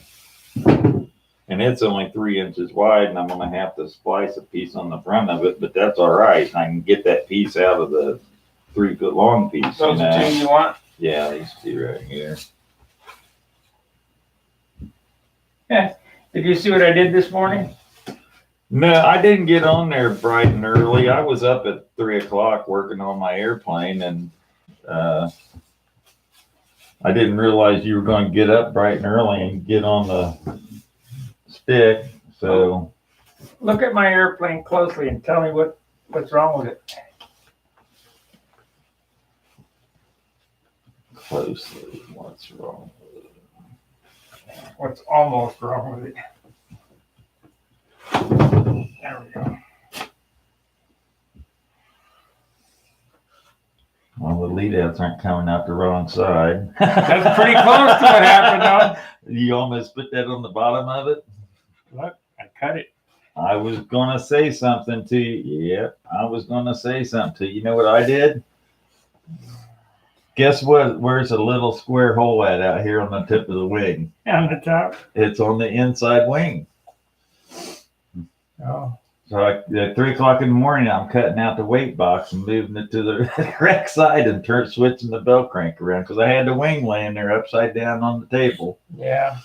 And I'm thinking, okay, that wingtip out there is the one on the right is the right one. Well, when you flip it over, that's the damn inboard wing.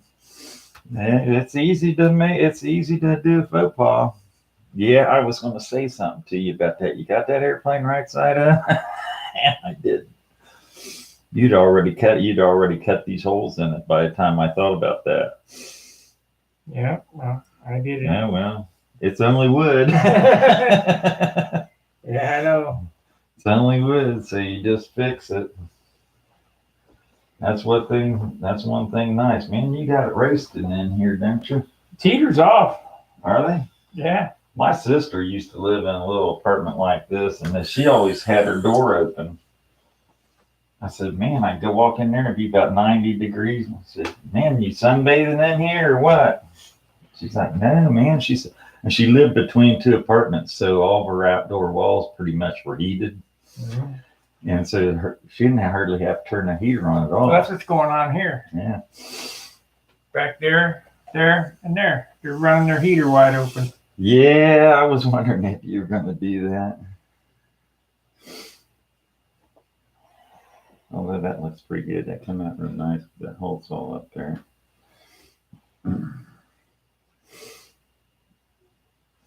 Did you make your doublers thick enough you can sand on that a little bit when you after you get the top and shit on?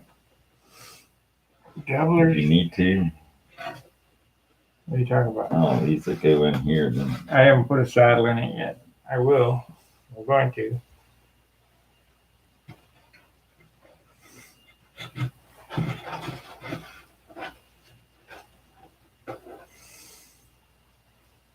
This came out.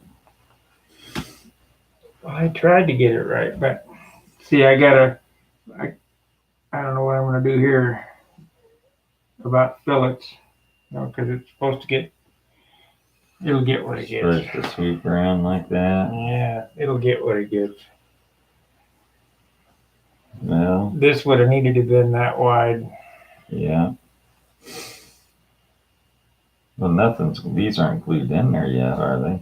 Yeah, but I could get them out. That just, Huh? I never like to do that.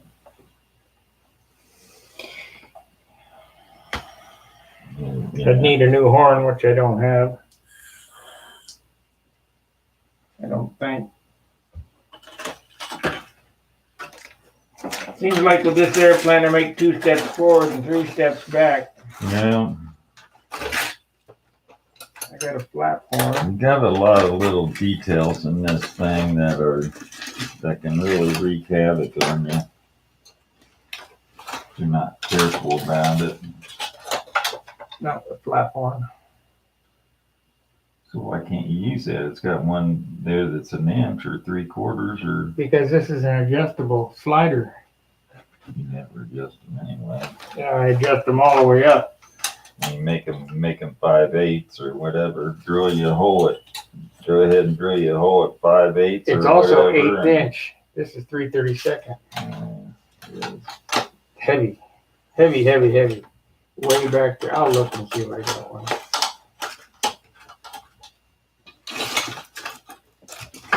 I have no room to put anything, so I end up with all this shit in the door. And I cleaned this bench off this morning.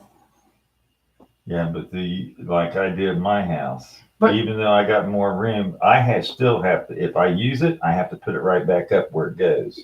Otherwise, There's no other place to put anything except for right here. yeah, I know you got to put it up. You know, if you got a rack, it's got to go back in the rack. That's how mine is. And I have because I got 5 times the drawer space and stuff that you do. a horn, but it's a fixed one. Non-adjustable. What size is it? What distance? 5. Oh, that's 3/4. Yeah, that's what that is, isn't it? Yeah, but you normally go up. I've been putting in, less than 1-to-1. Yeah, well, I mean, all my airplanes start out at 3/4, but I always end up jacking that up there closer on the elevator to about 5/8.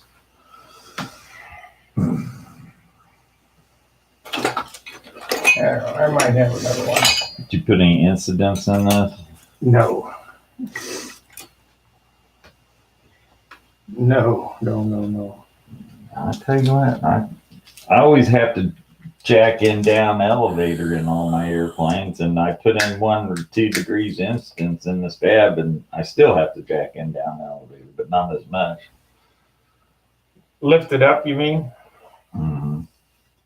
About a 1/16 of an inch, right at the leading edge. That gives you about maybe 2 degrees. You can go as much as 8, and they say I've never gone that far. 1-2 degrees, but No, I'll pass. I mean, I ordered some 1/2 ounce glass cloth from Balsa USA this morning. and they had 1/2 ounce and not. Yeah. The Amazon, I was going to order 1 ounce, but it was 60 yards and it was $60. I mean, what am I going to do with all that? Yeah. When did you put these in? Last night? Yeah.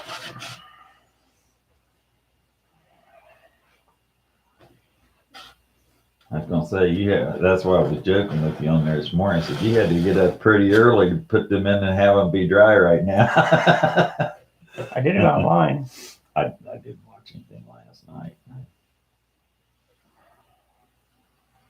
Did it online. But I got to thinking about that. You know, you got these stupid flaps, and you got all that work in it, and they're A lot of weight, and it's after the CG. yeah. I wonder why they warped. They're probably my shucks. Or that table that I was doing it on, because I was doing it on that foam cutting table, and that's not the most. I didn't have them weight. You know, I had 600 pounds of weight on them. It probably buried the table. Twist them once. Try to twist them. Pretty stiff. Solid wood struck stiffer. Maybe. I don't think that Kevlar thread added that much to it. I think they'd been that stiff anyway. You know, But it doesn't weigh anything, so that was an experiment. But I really don't think it added anything. I got a spool of Kevlar around here somewhere that's parachute riggers Kevlar. Yeah, it's heavy thread. Yeah. That stuff I got is It's like sewing angel thread. hair stuff, man. It's fine. I doubled it. You know, I ran it through the needle, ran down here and tied it in a knot and then sewed it up, but I don't know that I'll do that again. It's a lot of work, pain in the ass. It works good on ribs. When you try to thread that needle and pull that thing down, it wants to ball up in front of the eye of the needle, and all I had was a real little teeny thin needle. And I usually have that thread hanging on a peg here.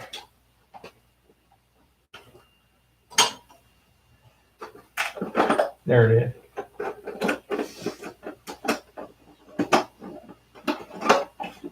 This is parachute rigger thread, goes on a, that means the needle must be down in there. Yeah, see, that's thickness of regular thread, yeah, or a little heavy regular thread, like button thread.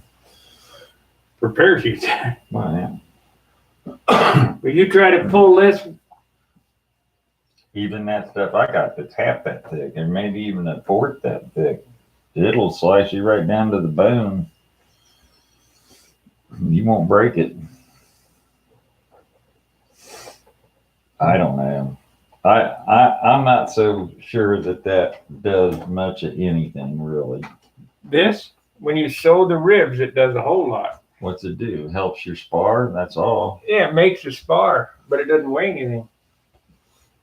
Up, down, up, down, up, down. I do it Yeah, all but the see, time. you only got a little teeny glue joint. Bink, bink, bink, bink, bink at every one. I mean, if you had that laying on something like you had a Millennium wing spar in there, the solid sheet, and you went up and down and glued it to it, I could see it doing something. Actually, where it would stand to do is just run it right along this top spar and then sheet over it. Well, I tell you what, on a beam wing, if you don't use that, your ribs will go Oh, well, goofy. yeah, they can. I mean, it's just a guide then. That's all you're using it for, is to hold everything. I'm going to use this block as my top block. You're not going to make a mold. No. Yeah. 230 grams. How much is 6 that? pound wood. 6 pounds. Yeah. I know it doesn't. It feels pretty good.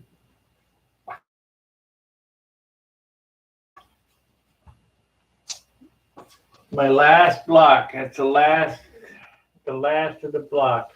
Yeah, I've only got one piece big enough that I could make a couple wingtips out of. That's really not thick enough for wingtips. That gives you 2 inches. You gotta really use a 2 1/8. You gotta use a piece in between it. You gotta use an 1/8 inch piece in between it. Mine's the same thing. It's 1 inch block.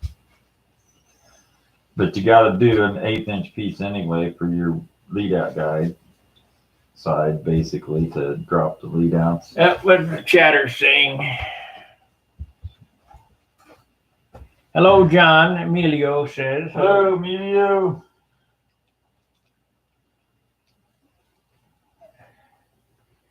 I finally got my software working again. For some reason, it didn't want to work for me. You want to show your flaps to the guys? Hey, Dan. You on there right now? Dan, you better be standing. Here's an experiment, a 2-day experiment. This that camera failed. right here. 2-day experiment. Molded leading edge foam core flat with Sparky's hinges. Pain in the butt to build.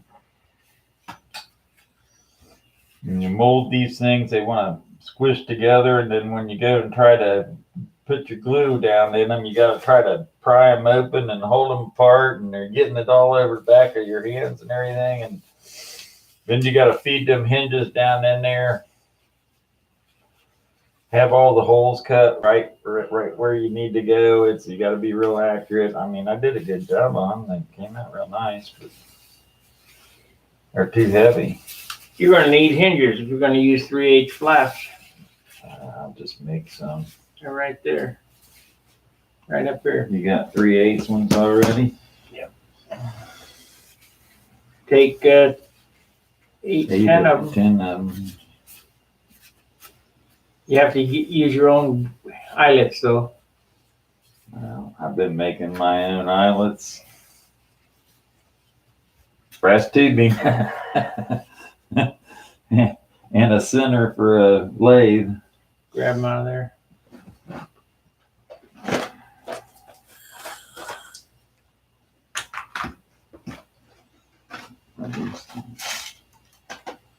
What's in here? Secret. It's a secret. Ah, that's your secret stash of eyelets. I get it. You didn't want me looking there, did I you? got some eyelets up there, too.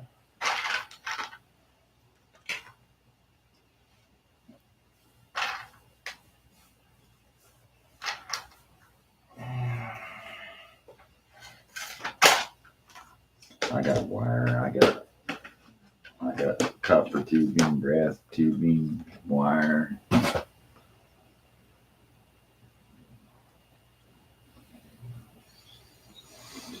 10 of them.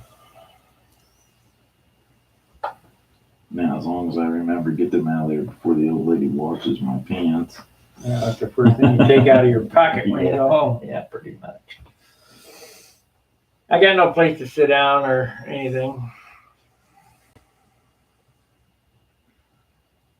This ain't like your house. This is like being in the closet. Yeah, I wasn't going to stay very long anyway because I want to get back and make up for my 2 days that I wasted building those damn things.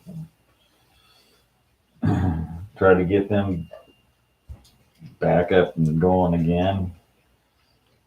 I thought today was supposed to be nice. You know, the weather forecast for the next week is showing like days at 50 degrees and stuff like that. So, I was thinking we'd go flying today. I could test fly this. Look out, it's raining out. It's pouring. It's been pouring all night long because I woke up at about probably 2 o'clock, 2:15. And I tried to go back to sleep. I could not go back to sleep, so I just went ahead and got up. And so I went on Stunt Hanger. I always go on there first thing when I get up. To see who's widened? Yeah, see what's going on and check the classified ads more than anything. Always looking at. Well, I might need to make another horn or something. I'll have to think that before I won't glue. Listen, go ahead and just cut the thing, do what you got to do. Give me the dimensions on the horn. I'll bend up the horn and solder. Yeah, with a slider. I don't know if I got a slider over there. If I don't, I'll take one and cut cut it in it.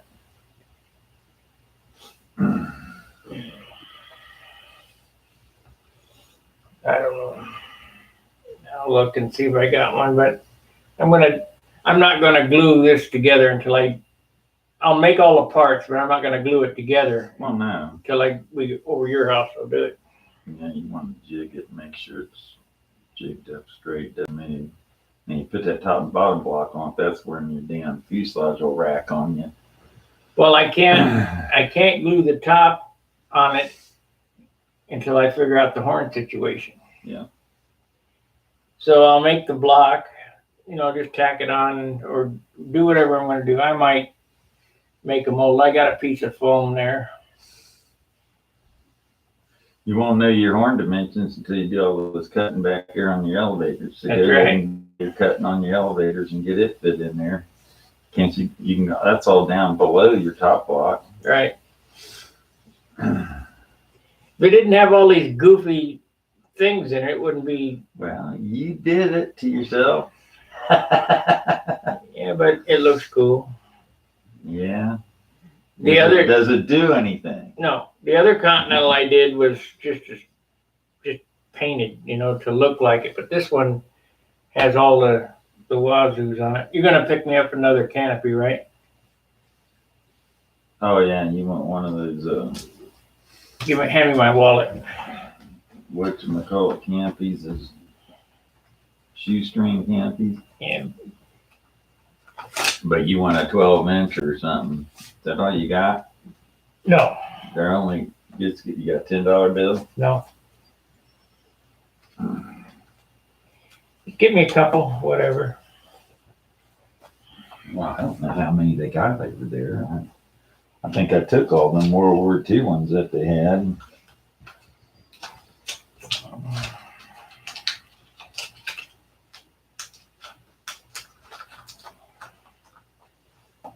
Keep that separate. Yeah, I think I took all the World War II ones that they had to the 8-inch or whatever, the ones that we use for these 8th scale. It's a little too small. It's a chipmunk canopy, sorta. But I need a little longer, like a 13, 12 or 13. So if they got a 12, get that and get a 13 of the shoestring, the bubble canopy. I think they call that a Malcolm hood canopy. Which chipmunk canopy is like a P-51 canopy and it's got a framework molded into it. And I haven't seen those in a while. Whatever. See, this is the canopy. This is the look that airplane had on it originally. But this one ain't big enough. Yeah, it's a racer look. Shoestring look. It ain't wide enough. I mean, I could make it work, but Well, it'll flex out there a lot easier once that edge is trimmed off. The yeah, bottom I of know. it. If it's tall enough, it's more than tall enough. In fact, I don't know. Are you going to use one of those big giant pilots in it? Yeah.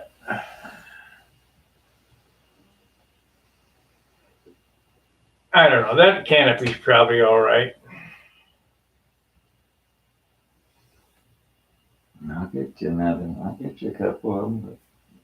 But yeah. Get me the one bigger than this, Yeah, that's a 9-inch. and right? get me a bottle of this. No, yeah, They don't have Bob Smith Industries super glue over there. I'll tell you that right now. they don't have any gap filling. It's generic shit. They got any gap filling? Well, they've got all kinds of it, but it's all generic. Works, doesn't it? Debatable. Sometimes it'll set up, sometimes it won't. And if you don't have kicker laying around, you might be screwed. Whatever. I always thought there was some central manufacturer, that made 90% of that shit for everybody and it just got labeled to whoever. Now I know Bob Smith does that. Well, I'll tell you, Zap is a different animal. And Zap is some ferocious stuff, man. I used to use that all the time. I used to buy them big giant bottles of that thin. That shit, you could put it in over here and it'd glue your finger to get down away from it. Now I didn't buy it. The A-Main Hobbies sponsored an ad on Stunt Hanger, and how they got the ad was they sent me a bunch of sample Mercury CA. Mm-hmm. Mercury sucks. I don't like Mercury. No. I don't like their epoxies. I don't like their super glues. No good. Their epoxies go bad. It'll get hard in the bottle all on its own. I know you can stick it in a microwave, but that has to hurt the integrity of the epoxy. You know, I want something that I can mentally feel comfortable with, not something that I'm thinking around with trying to make work. I would make your flaps a little bigger than that. Yeah, they're supposed to be. When I cut them, and I screwed up the tail of the core, the foam core, and I had to cut them off shorter than I wanted. So they're supposed to have about another 3/8 of an inch on the back of them. Well, those flaps there for like as narrow as mine, but I don't like big flaps, but well, you'll need them. It doesn't matter. Right? Flaps, if your airplane weighs heavy, you need flap. Yeah. If you're building light, you don't need as much flap. And it also creates less drag and you get, less. Flying off the tail is way better than flying off the flaps. Less slow down in the turns, stalling, that kind of stuff. You look at some of the Vince Jim Greenways and Wendy's flaps, they had 4.5 and 5-inch flaps and stuff like that. And they're weighing 85 ounces. Look at Al Riggs' airplane. It's got half the wing is flap. Yeah, but he's using flap to compensate for not having any wing area. That's his thing. He wanted that scale wing, and in order to get that scale wing with the flaps in it, a third of the wing had to be flaps. A third of the wing area had to be flaps.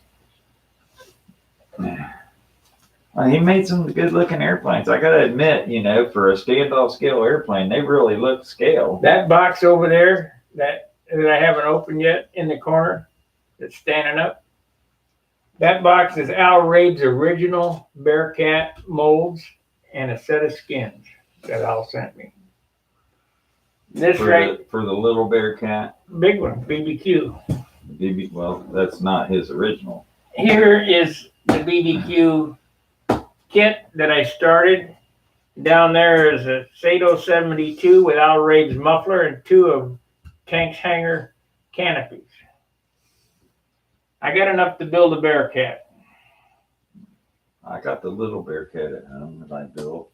But I'll tell you what, ask Alan Goff about that BBQ Bearcat. He said the airplane flew okay, but it's just a huge airplane and yanked him around the circle, because it's big.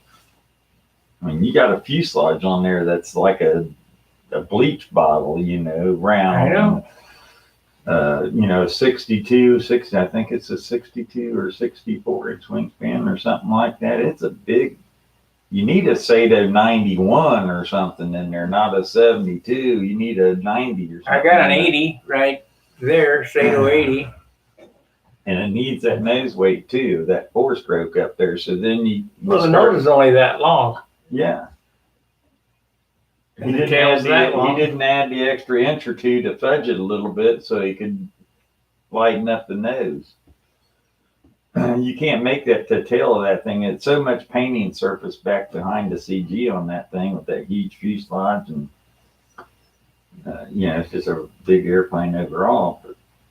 And then when you put a little short nose on it, you need a chunk of lead up in the front of it to balance it. My little Bearcat was the same way. I've got a 60 in it, and it was a 40 size airplane, or 46 size Super Tiger 46 that he put in a butt. Little did they know they took a Super Tiger 46 and he bored it all out and put 60 guts in it. I think he even welded all the fins up on it and re-ground fins in it.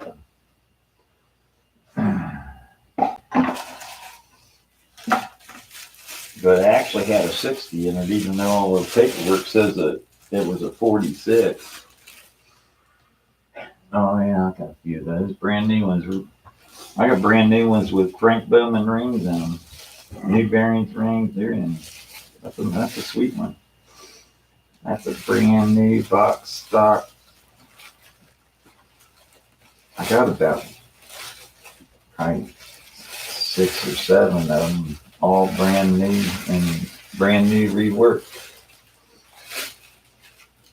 Is this, did you put ABC set in there? No. That's what needs to be done to them so you don't have any ring problems. Brian Gardner, then you end up with a $400 Super Tiger 46. But that's already a $300 motor. Yeah. I don't know. I didn't pay over $130. I know, but if I wanted to sell it on eBay, it'd go for $2.5 to $300. Well, yeah, because it's new. Never been molested. Never been breathed on. I also got a brand new G21 35. You got the RC card and all that came off of it? No, it's the control line motor. It says control line right on it. And then this is a brand new in the box G21. They're the same. The RC and the control line are identical. It's just that they had a Venturi instead of a carburetor. This is the original combat motor. Except I got a Stunt Venturi in it, G21 36. 35. 35. But I got the original needle, see, still unopened original Venturi, and so that's worth big money. Yeah, this is the 4-bolt backflip one.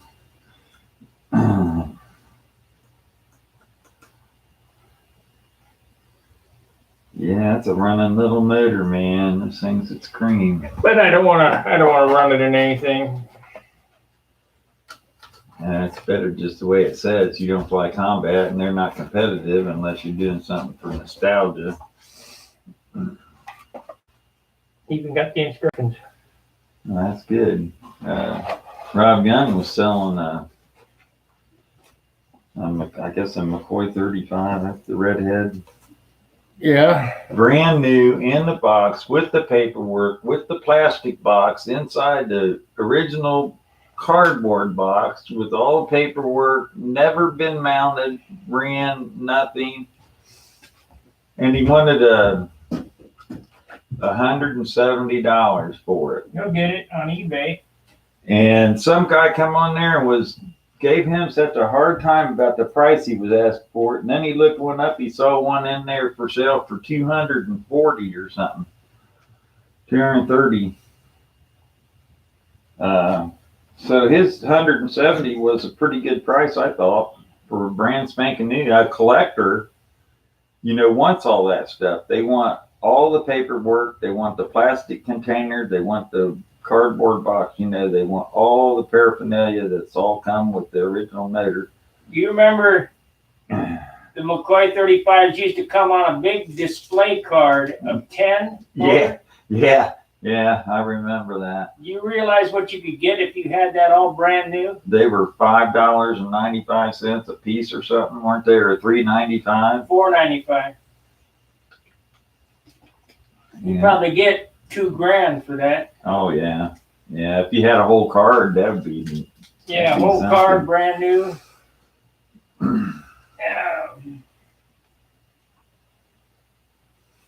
Pouring down rain. It doesn't make for being motivated when it's raining like this. And nasty out. Where's Danny's landing gear at?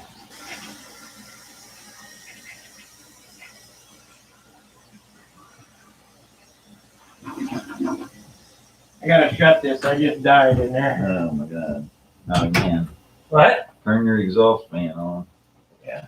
Where's Danny's landing gear at? I don't have one. I thought he made one for you when you went over there. He didn't give me one.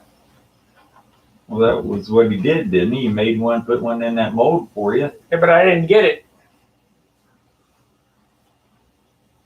That's a Meslick there. Yeah, I know. These are stiffer. They're thicker too. If they're thicker and stiffer, it means they're heavier. Yeah. But they got that beautiful carbon fiber mat, cloth put down, which is pretty if that's what you want. Personally, I think this carbon stuff's too overrated. Well, Everybody puts it on there so you can see it because it's expensive and they want to show it off. But all practicality.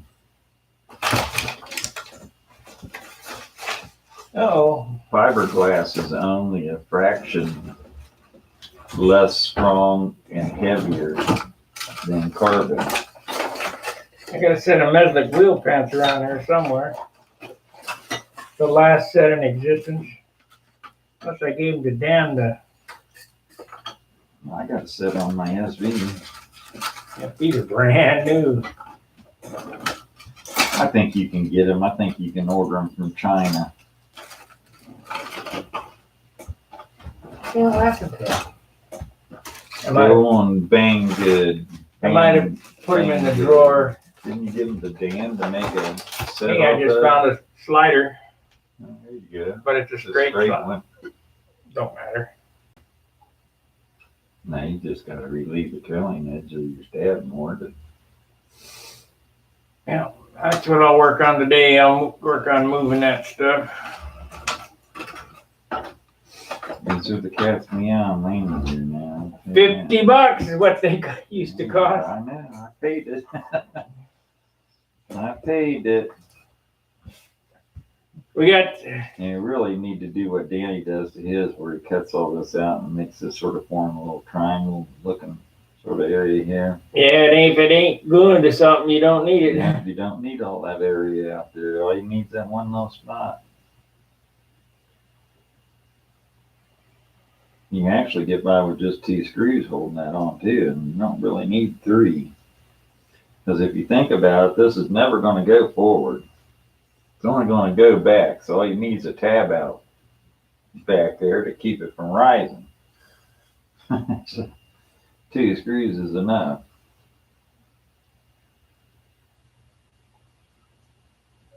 I was gonna give those to Dan to copy. If you order any of those aluminum 440 socket head cap screws, what are you getting lengthwise? You getting different lengths, or do they only have one length, or what? Because I couldn't find them. I ordered. It's like they don't even sell aluminum 440 socket head cap screws.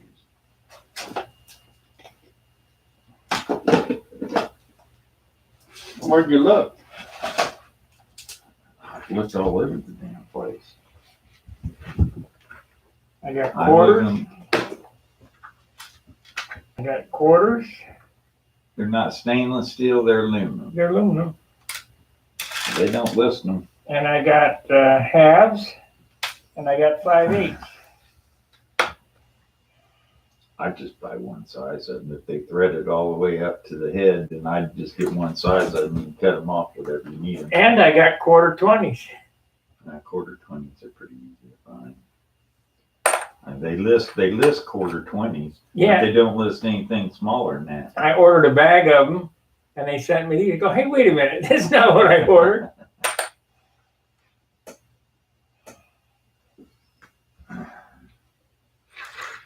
You got these from Micro Fasteners? Yeah. I sure didn't see any on their site. Quarter inchers. Quarter 20. I wish these came all the way threaded. The shoulder's too long on these 1.25 inches. Yeah, I know. When you get up in them longer size bits, it's hard to find them with the threads that go all the way up. But you can, if you need to, you can take a dye and run it on up on them, but it'll sort of eat your dye up pretty good. Yeah, it won't eat my dye up. If it does, it'll be giving me a new one. Snap on. They'll break the points off of it. Teeth, yeah.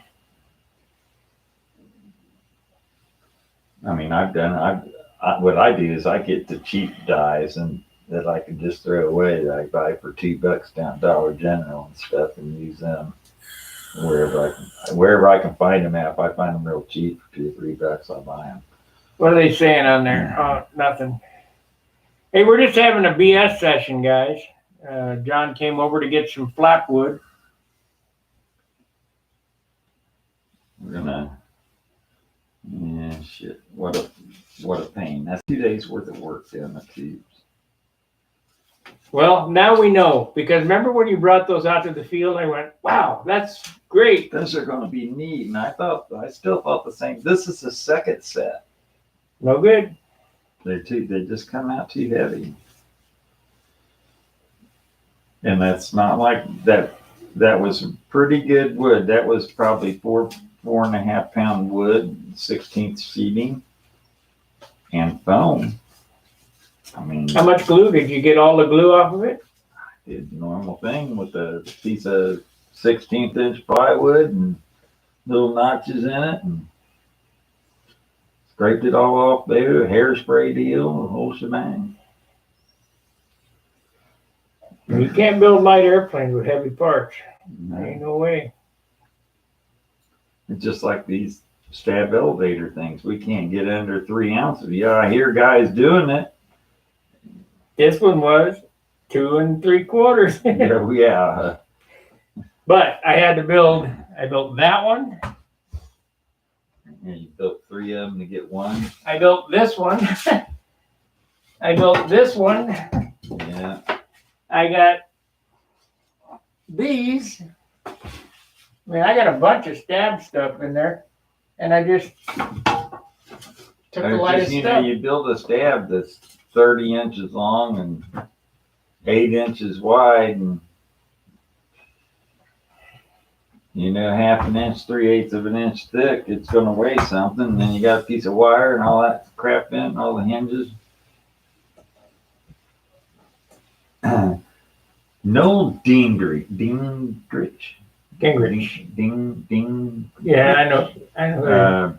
He had some innovative things for building up stabbing elevators, where he would take a Rochelle foam and cut a little 3/8 inch square stick of it, and then he'd take carbon fiber bale and 16th inch wood, or maybe even 32nd inch wood, I can't remember what it was, and box that thing in, and then that would be his trailing edge, stiffer and sin, and he'd run the grain and wood in all different directions and stuff, and then it'd all be lined with the carbon on the inside of it, and made for super light structure. I mean, he was like 2.5 ounce stab and elevator deals or something to that effect, if I remember right. But there was an article on Stunt News. I got something for you. Probably back in the 90s. You need to take this with you. It's only been in here a year. What did it, Dr. Pepper? What, did I bring one over and forget it? A year ago. Why haven't you drank it by now? I don't drink that. I don't think it can go bad. No, it can't. Yeah, August 34th to 20.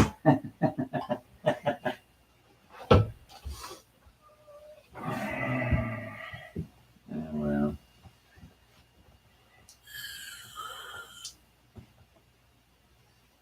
That's what you can do with the leftover 20. Get me another Dr. Pepper, 24 pack of Dr. Pepper, put in the refrigerator because I'm out over there. Doesn't look like you're yakky. Lackey. You ever get all your chargers working and hooked up and working for what you needed to do and multitasking? No, I just bought a 150 watt output for this. This light is pretty bright though, isn't it? Yeah. That light cost me $100. Did you get the strip lights from work? Yeah, strip lights are $25 a strip. That's 50, plus a piece of metal, which was 5, so 55. And the transformer and the wire ended up to be $100. $25 that comes with the power supply and all that No, stuff. $25 you get one strip of light. You don't get the unit to make it work? No, that's that over there. Now, for $25, I think you can get one that's about 50 different colors in it. At Lowe's and Home Depot, it even comes with the power supply. Yeah, well, them were bright. Those lights that I put in my basement are 3,400 lumen a piece, and they cost 40 some bucks, $41 or something like that a piece. See, I needed something special so I could put it on the light stands.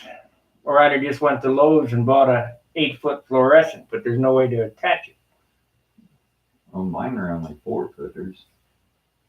I can get 8-footers or 4-footers, and you can gang them together. As they come with little jumper cords. It's fine. And yeah, and you made you a shield and everything. I bent that on the brake.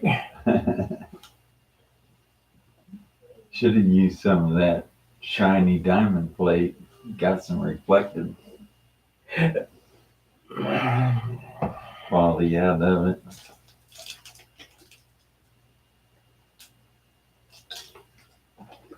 You think that canopy would be all right after I cut the bottom off of it? If it's big enough.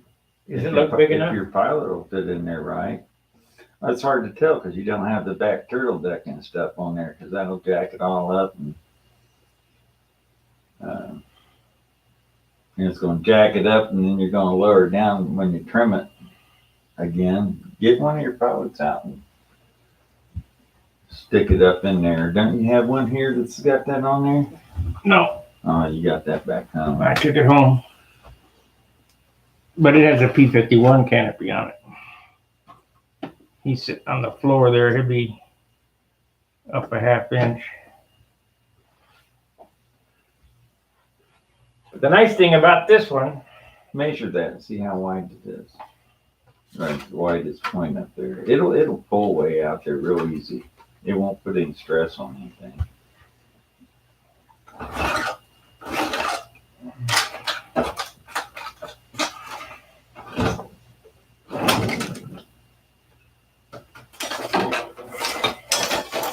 Your steel ruler's right on the drawer, right inside against the pole handle.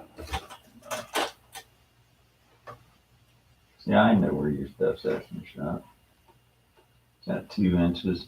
2 1/4, And a 2 quarter? 1/8. Yeah, see, it'll go out there. You got 2 1/4 inch fuselage width. Well, then I'll just use this one.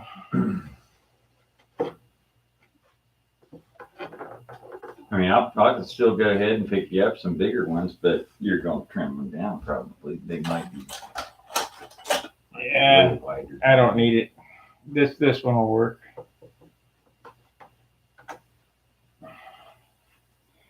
Yeah, give me my 20 I back. mean, the headroom on it is what you're looking at, up and down. You know, when you get it up to trim it to shape and everything, is the pilot's head going to hit the top of it? And it'll be up here like this. Yeah, this will be fine.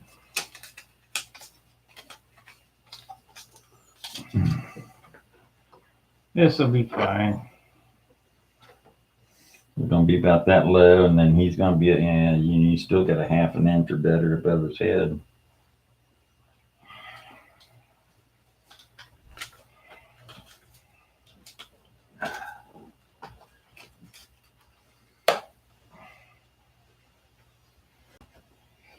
It'll be fine.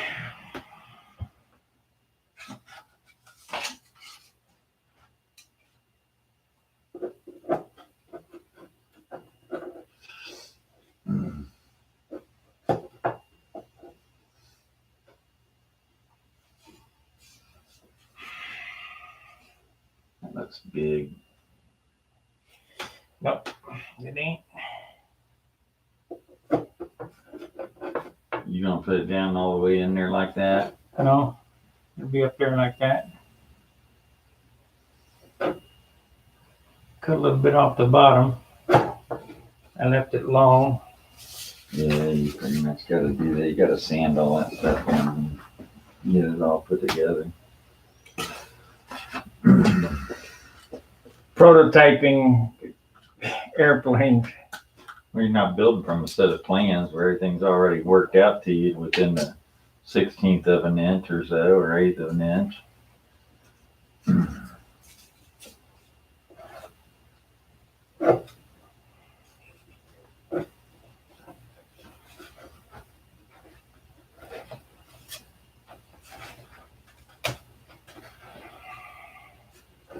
And it looks like a big shoestring Yeah.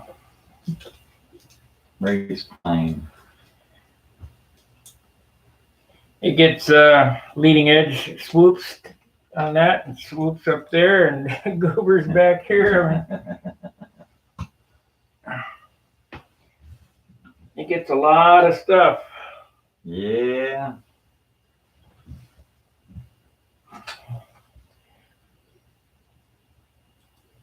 I gotta get busy thinking about paint job. I just got brain lock on that. I went through the other day and I went on airliners.net and funny car thing and IndyCar, Formula One car and all that stuff, looking at paint schemes and junk like that. And I just, nothing right now just sort of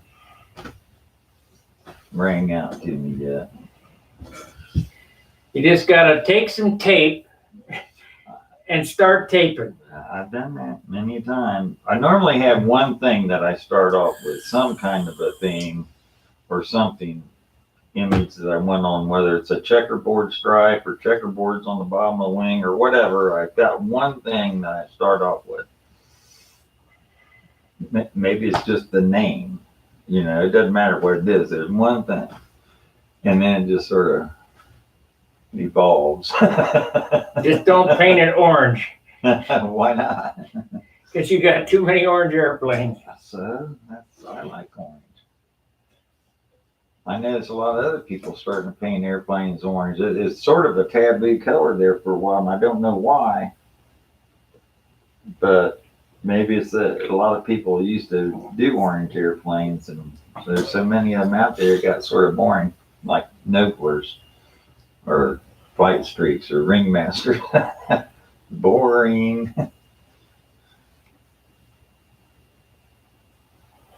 I mean, everybody says how good they are and all that stuff. They really fly like shit. What? Ringmasters. Oh yeah, they're terrible. Unless you're Joe Gilbert and you're flying a cheater ringmaster. That ain't a ringmaster. It's a ringmaster like I got over there. Well, one of them. He's got a small one. But it's not really a true ringmaster either. If you look at that thing real close, it's not a stock airfoil on it. It's thicker. But, I mean, they flit. Them little planes like that, they just flit around. They're nice fun, hack around, have fun planes. But, and God knows, I had probably, I'll bet you I've had 200 ringmasters. What are they saying over here? Tell John I said hello. That's Dan. Hey, Dan.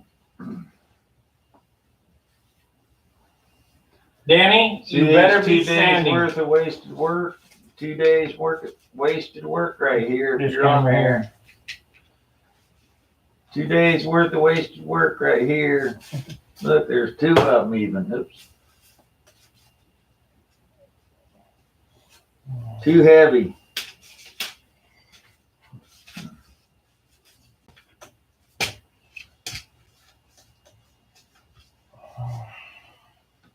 We knew that though. I did. Yeah, well, we both knew it. I had it. The only reason why I finished it, went on with it, was because it was there.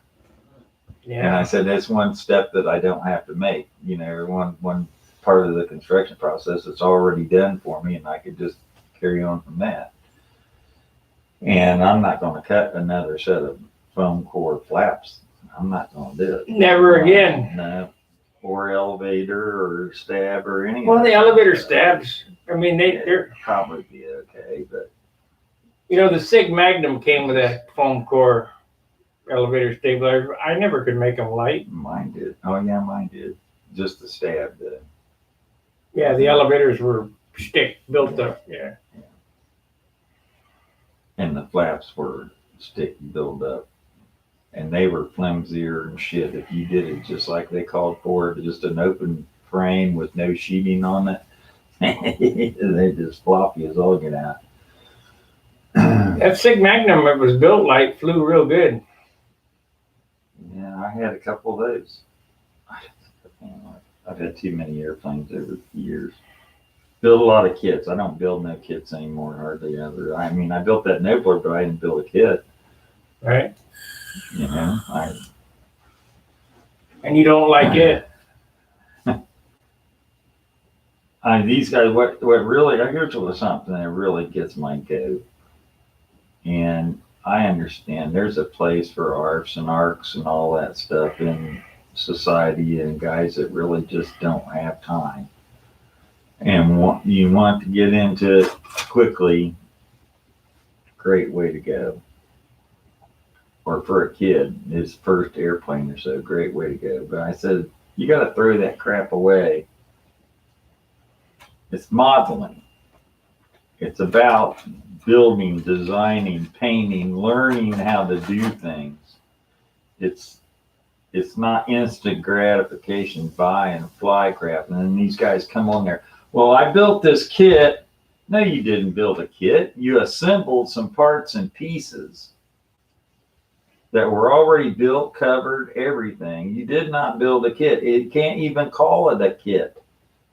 A kit is a bunch of chunks of wood with some pieces cut in it that you got to put every little single piece together. That's a kit.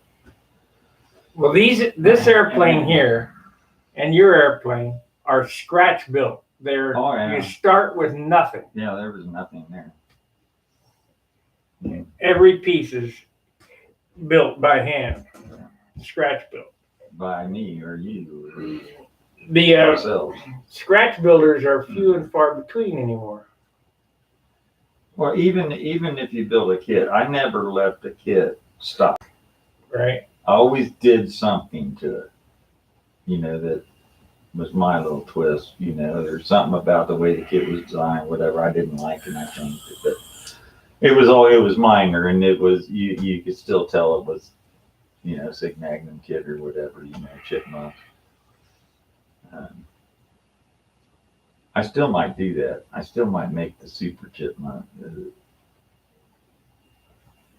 And I mean super chipmunk by a 75 size chipmunk. I still may do that. Be good as long as it's under 64 ounces. I got that wing that I'm building on right now. Build a set of flaps. It could become a chipmunk very easy. Not with tapered wingtips like that. All that's is the outside shape. That has nothing to do with that. See, that's got angled, basically the same thing. Yours are the other way.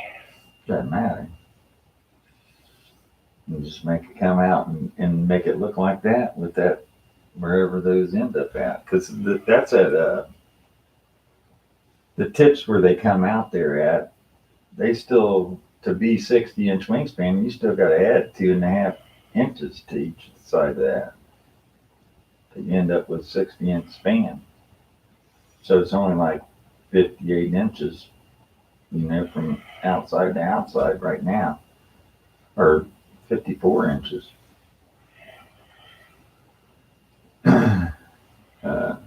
So it's very easy to just, and if you make these open wingtips and not solid wingtips, then you don't have a lot of weight out there, even though you got a sort of a big wingtip. I like the solid tips where like this. Oh yeah, me too. They look the best. they look the best doesn't necessarily mean they perform the best. Even that shape. Personally, I think that SB wing shape, the way it flares out on the trailing edge, is better than a P-51 tip shape or a. Well, that's what Randy will tell you. Adds a lot of area there and lift during a maneuver. Doesn't do the shit for you during level flight, but when you're maneuvering stunt plane, what do you want? You want area that's flying wing area.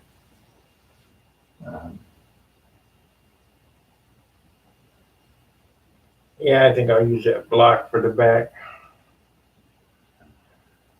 Quick and easy.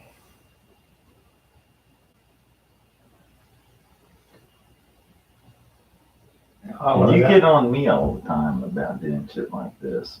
I should be getting on you about it. Yeah, but it won't weigh shit when I get You'll it hauled have up. no more time making a mold than you will be cutting that carbon and hollow and all that shit out. And you'll end up being lighter because I bet you got a piece of 1/8 inch in there or 2 pieces of 1/16 that are I 3 got pound. 4 pound in there. They end up weighing less than that will.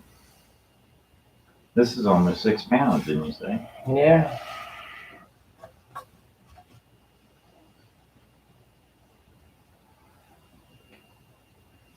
I don't know. I mean, a piece of 4 pound 1/8 inch, and you carve this down to 1/8 inch, is still 6 pound wood. Yeah. Even carved down to an 1/8 inch. As long as it weighs less than 1/2 ounce. The hardest part you got to do that is cutting the piece that's an 1/8 inch smaller than that. Which is not that hard. That's the hardest thing that you got to do. Just turn that thing over time, set a piece of wood and just trace around on the inside of it and go for it. Oh, you got the doublers on that piece left side. Stringers. Yeah, big deal. Well, it's no big bit, but they give you the accurate outline and then you just add an eighth to it. I've got to be sort of close. Yeah, I know. I did a bunch of fuselages too, where I took the stringer and I held it up here an 1/8 inch above the fuselage sides. And so when I put these on, Yeah, it had something that I couldn't push it in too far. It worked out real well, but you got to add them at the last minute. You can't have them in here like right now, or you can't turn your airplane upside down on the table unless you shim everything accordingly.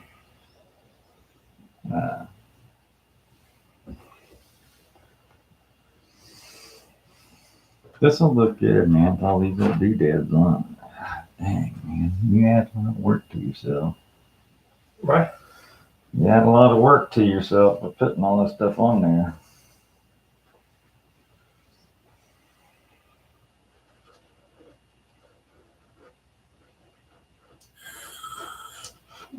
Tips are all right. I wish I would have had that standoff. I think you're right. If this would have been about 3/8 wide going around here and another 1/4 inch higher. Next one. I haven't made the tips for that wing at home yet, so I'm looking for things. I think swoop that back like I got on my Geo. Make this section thicker. That'll be about 3/4 of an inch thick right there. And then shape it all, and then that'll give a lot for that paper to come up and over. It'll take out a lot of these little facets. We'll find out. If I have to cut them off and build new ones, I'll cut them off and build new ones.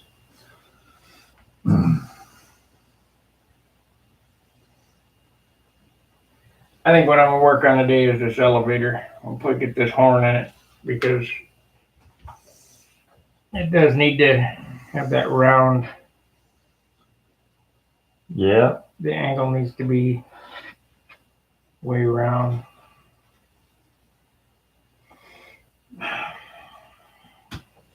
But I already got the clips made. I just moved the clips over and sand them Yeah. And cut them off. The big thing will be getting them things out of there without. Pliers and twist them off. I'll get it out of there.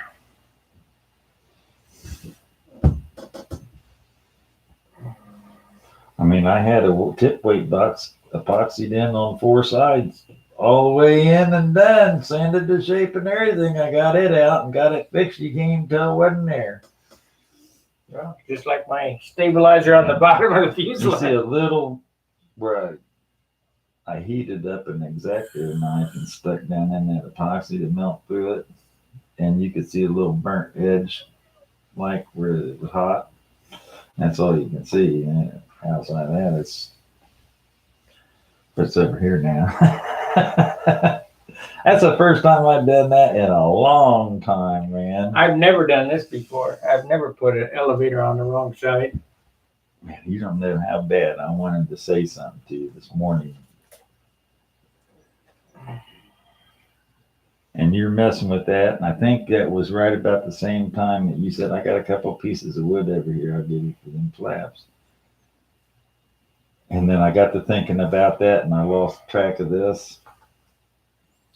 No big deal. Because I specifically, I hope he's got that airplane sitting upright.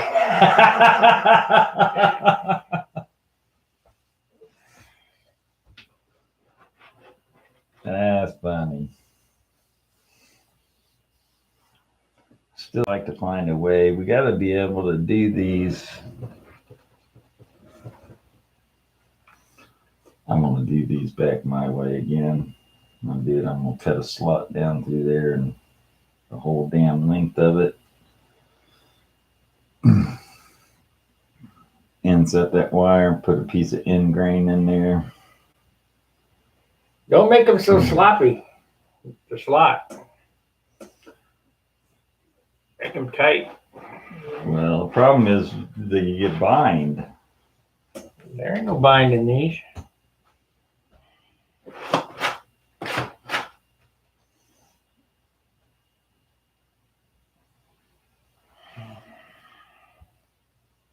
It'll be fine. I took a set and I lined them with 64th inch plywood coming back in here to keep that cut nice and neat.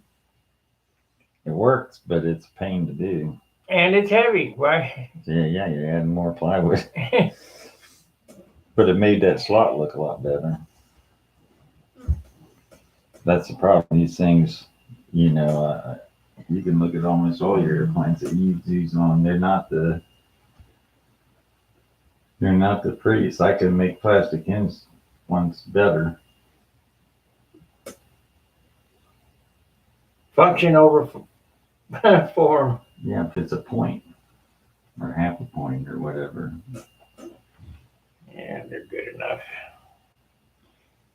If you want, if you got like Yushinko's, they've got all carbon fiberglass molded material that keeps that sharp edge real well. I've even hardened that up with CA and stuff. Anything to try to make that real crisp edge. well, what I need to do is come and cut them spend some time cutting them with a scalpel. Well, that's why I wanted to leave those out until after you finish, so you can get a nice flat square sanding block up in there, and then at the very last minute, and then glue them in and put that little piece in there. Yeah. Knock yourself out. I intend to. I got second thoughts on that method. This airplane here has that method. I got airplanes that have it in it.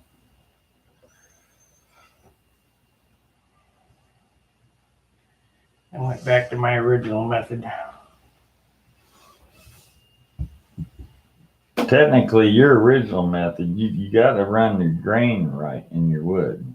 It should be end grain coming together on that pin on each side of the end grain back and front. And then you need something to tie that end grain together with some kind of a longitudinal grain running piece. The grain runs this way on these. Up and down, not this way. Well, yeah, I know you're trying to utilize the fibers, but actually the wood's stronger on end. Except for the rod would pull through the end grain. This way, That's why you got to add the piece on the front to tie it all together. That's fine like this. You just do the end grain where the pin's at, just an 1/8 inch on each side of the pin, and then you back both sides of it up with a horizontal grain piece. You know, you look at all these old workshops, these machine factories and stuff, and ancient ones, they all used end grain blocks in the floors because it carries the weight and all that machinery and stuff moving around on it. It's the strongest way the wood grain is. 10 o'clock. We got 3 hours in. I think I'm going to shut it off and rethink what I'm going to do today. Yeah, I gotta go. I gotta get home. I got a lot of sanding to do now. Grinding and hinging and I gotta redo. Sand them flaps like I do. Don't sand them like a plate. Oh yeah, I will. They'll stay straight. I know. They're stiffer too. Will do. I'll have to look at that grain real close and see if it's gonna warp when I go cutting it. That's on you. Since I can only get one out of each piece, I'll probably make a 1/2 inch cut on it and see if it relieves. And then sand up to the line. If you sand it, it won't work. Oh yeah. If you cut them big, 1/2 inch, and then sand to the line, it'll stay straight. You know that if you saw cut rather than X-Acto cut, it won't work as bad either. Okay. If you put it through a bandsaw or a table saw or whatever, it won't warp as bad as an X-Acto not cut. Why? Who knows? But I always cut things big. I cut and whittle it down to size anyway, so that by the time I get to the right size, it's relieved itself every direction. It's going to relieve itself. That wood came from Australia. Hey, mate, throw a couple shrimp on the Barbie. We'll be ready to rock and roll. Get a Foster's. No, they don't drink Foster's beer down there. Way I understand it. That's piss water. Like a Coors. That Foster's can of beer is that tall and that big around. Yeah, it is. Something's wrong here. It's a quart. That's, before you get Coors on the East Coast, because it was unpasteurized. I was in the military and I was in Denver. I used to haul that, right? And, well, they started hauling it after a while, but at the beginning, you couldn't get it here. It was bootlegged if you got it back here.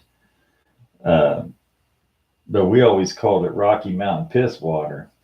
And we could buy it in a soda machine out there on base. You just go in there and put your 50 cents in. You get a Budweiser or a Coors, whatever you want, PBR. I don't think they do that no more. Probably not. They don't let you do anything anymore. You're going out there, you're risking your life for your country, and you're 18 years old, or maybe even 17 years old, and you got your life on the line, and they won't let you smoke, drink, cuss. Used to. What I say is tell them to kiss your ass. And Yeah. Hey, we'll see you guys. Have a good day. See you, Danny. I'm going to take a break for a couple hours and rethink what I'm doing here, and I'll be back around 12. And it's still pouring down rain. Damn. I don't have nothing to... That's all right. I'll make it quick. We'll see you, bud. Thanks. All right. You're welcome.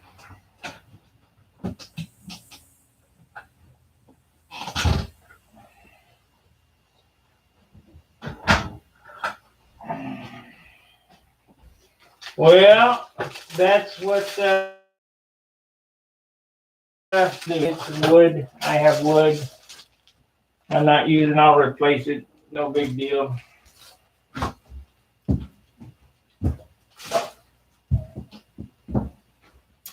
I'm gonna get off of here and probably I'll delete this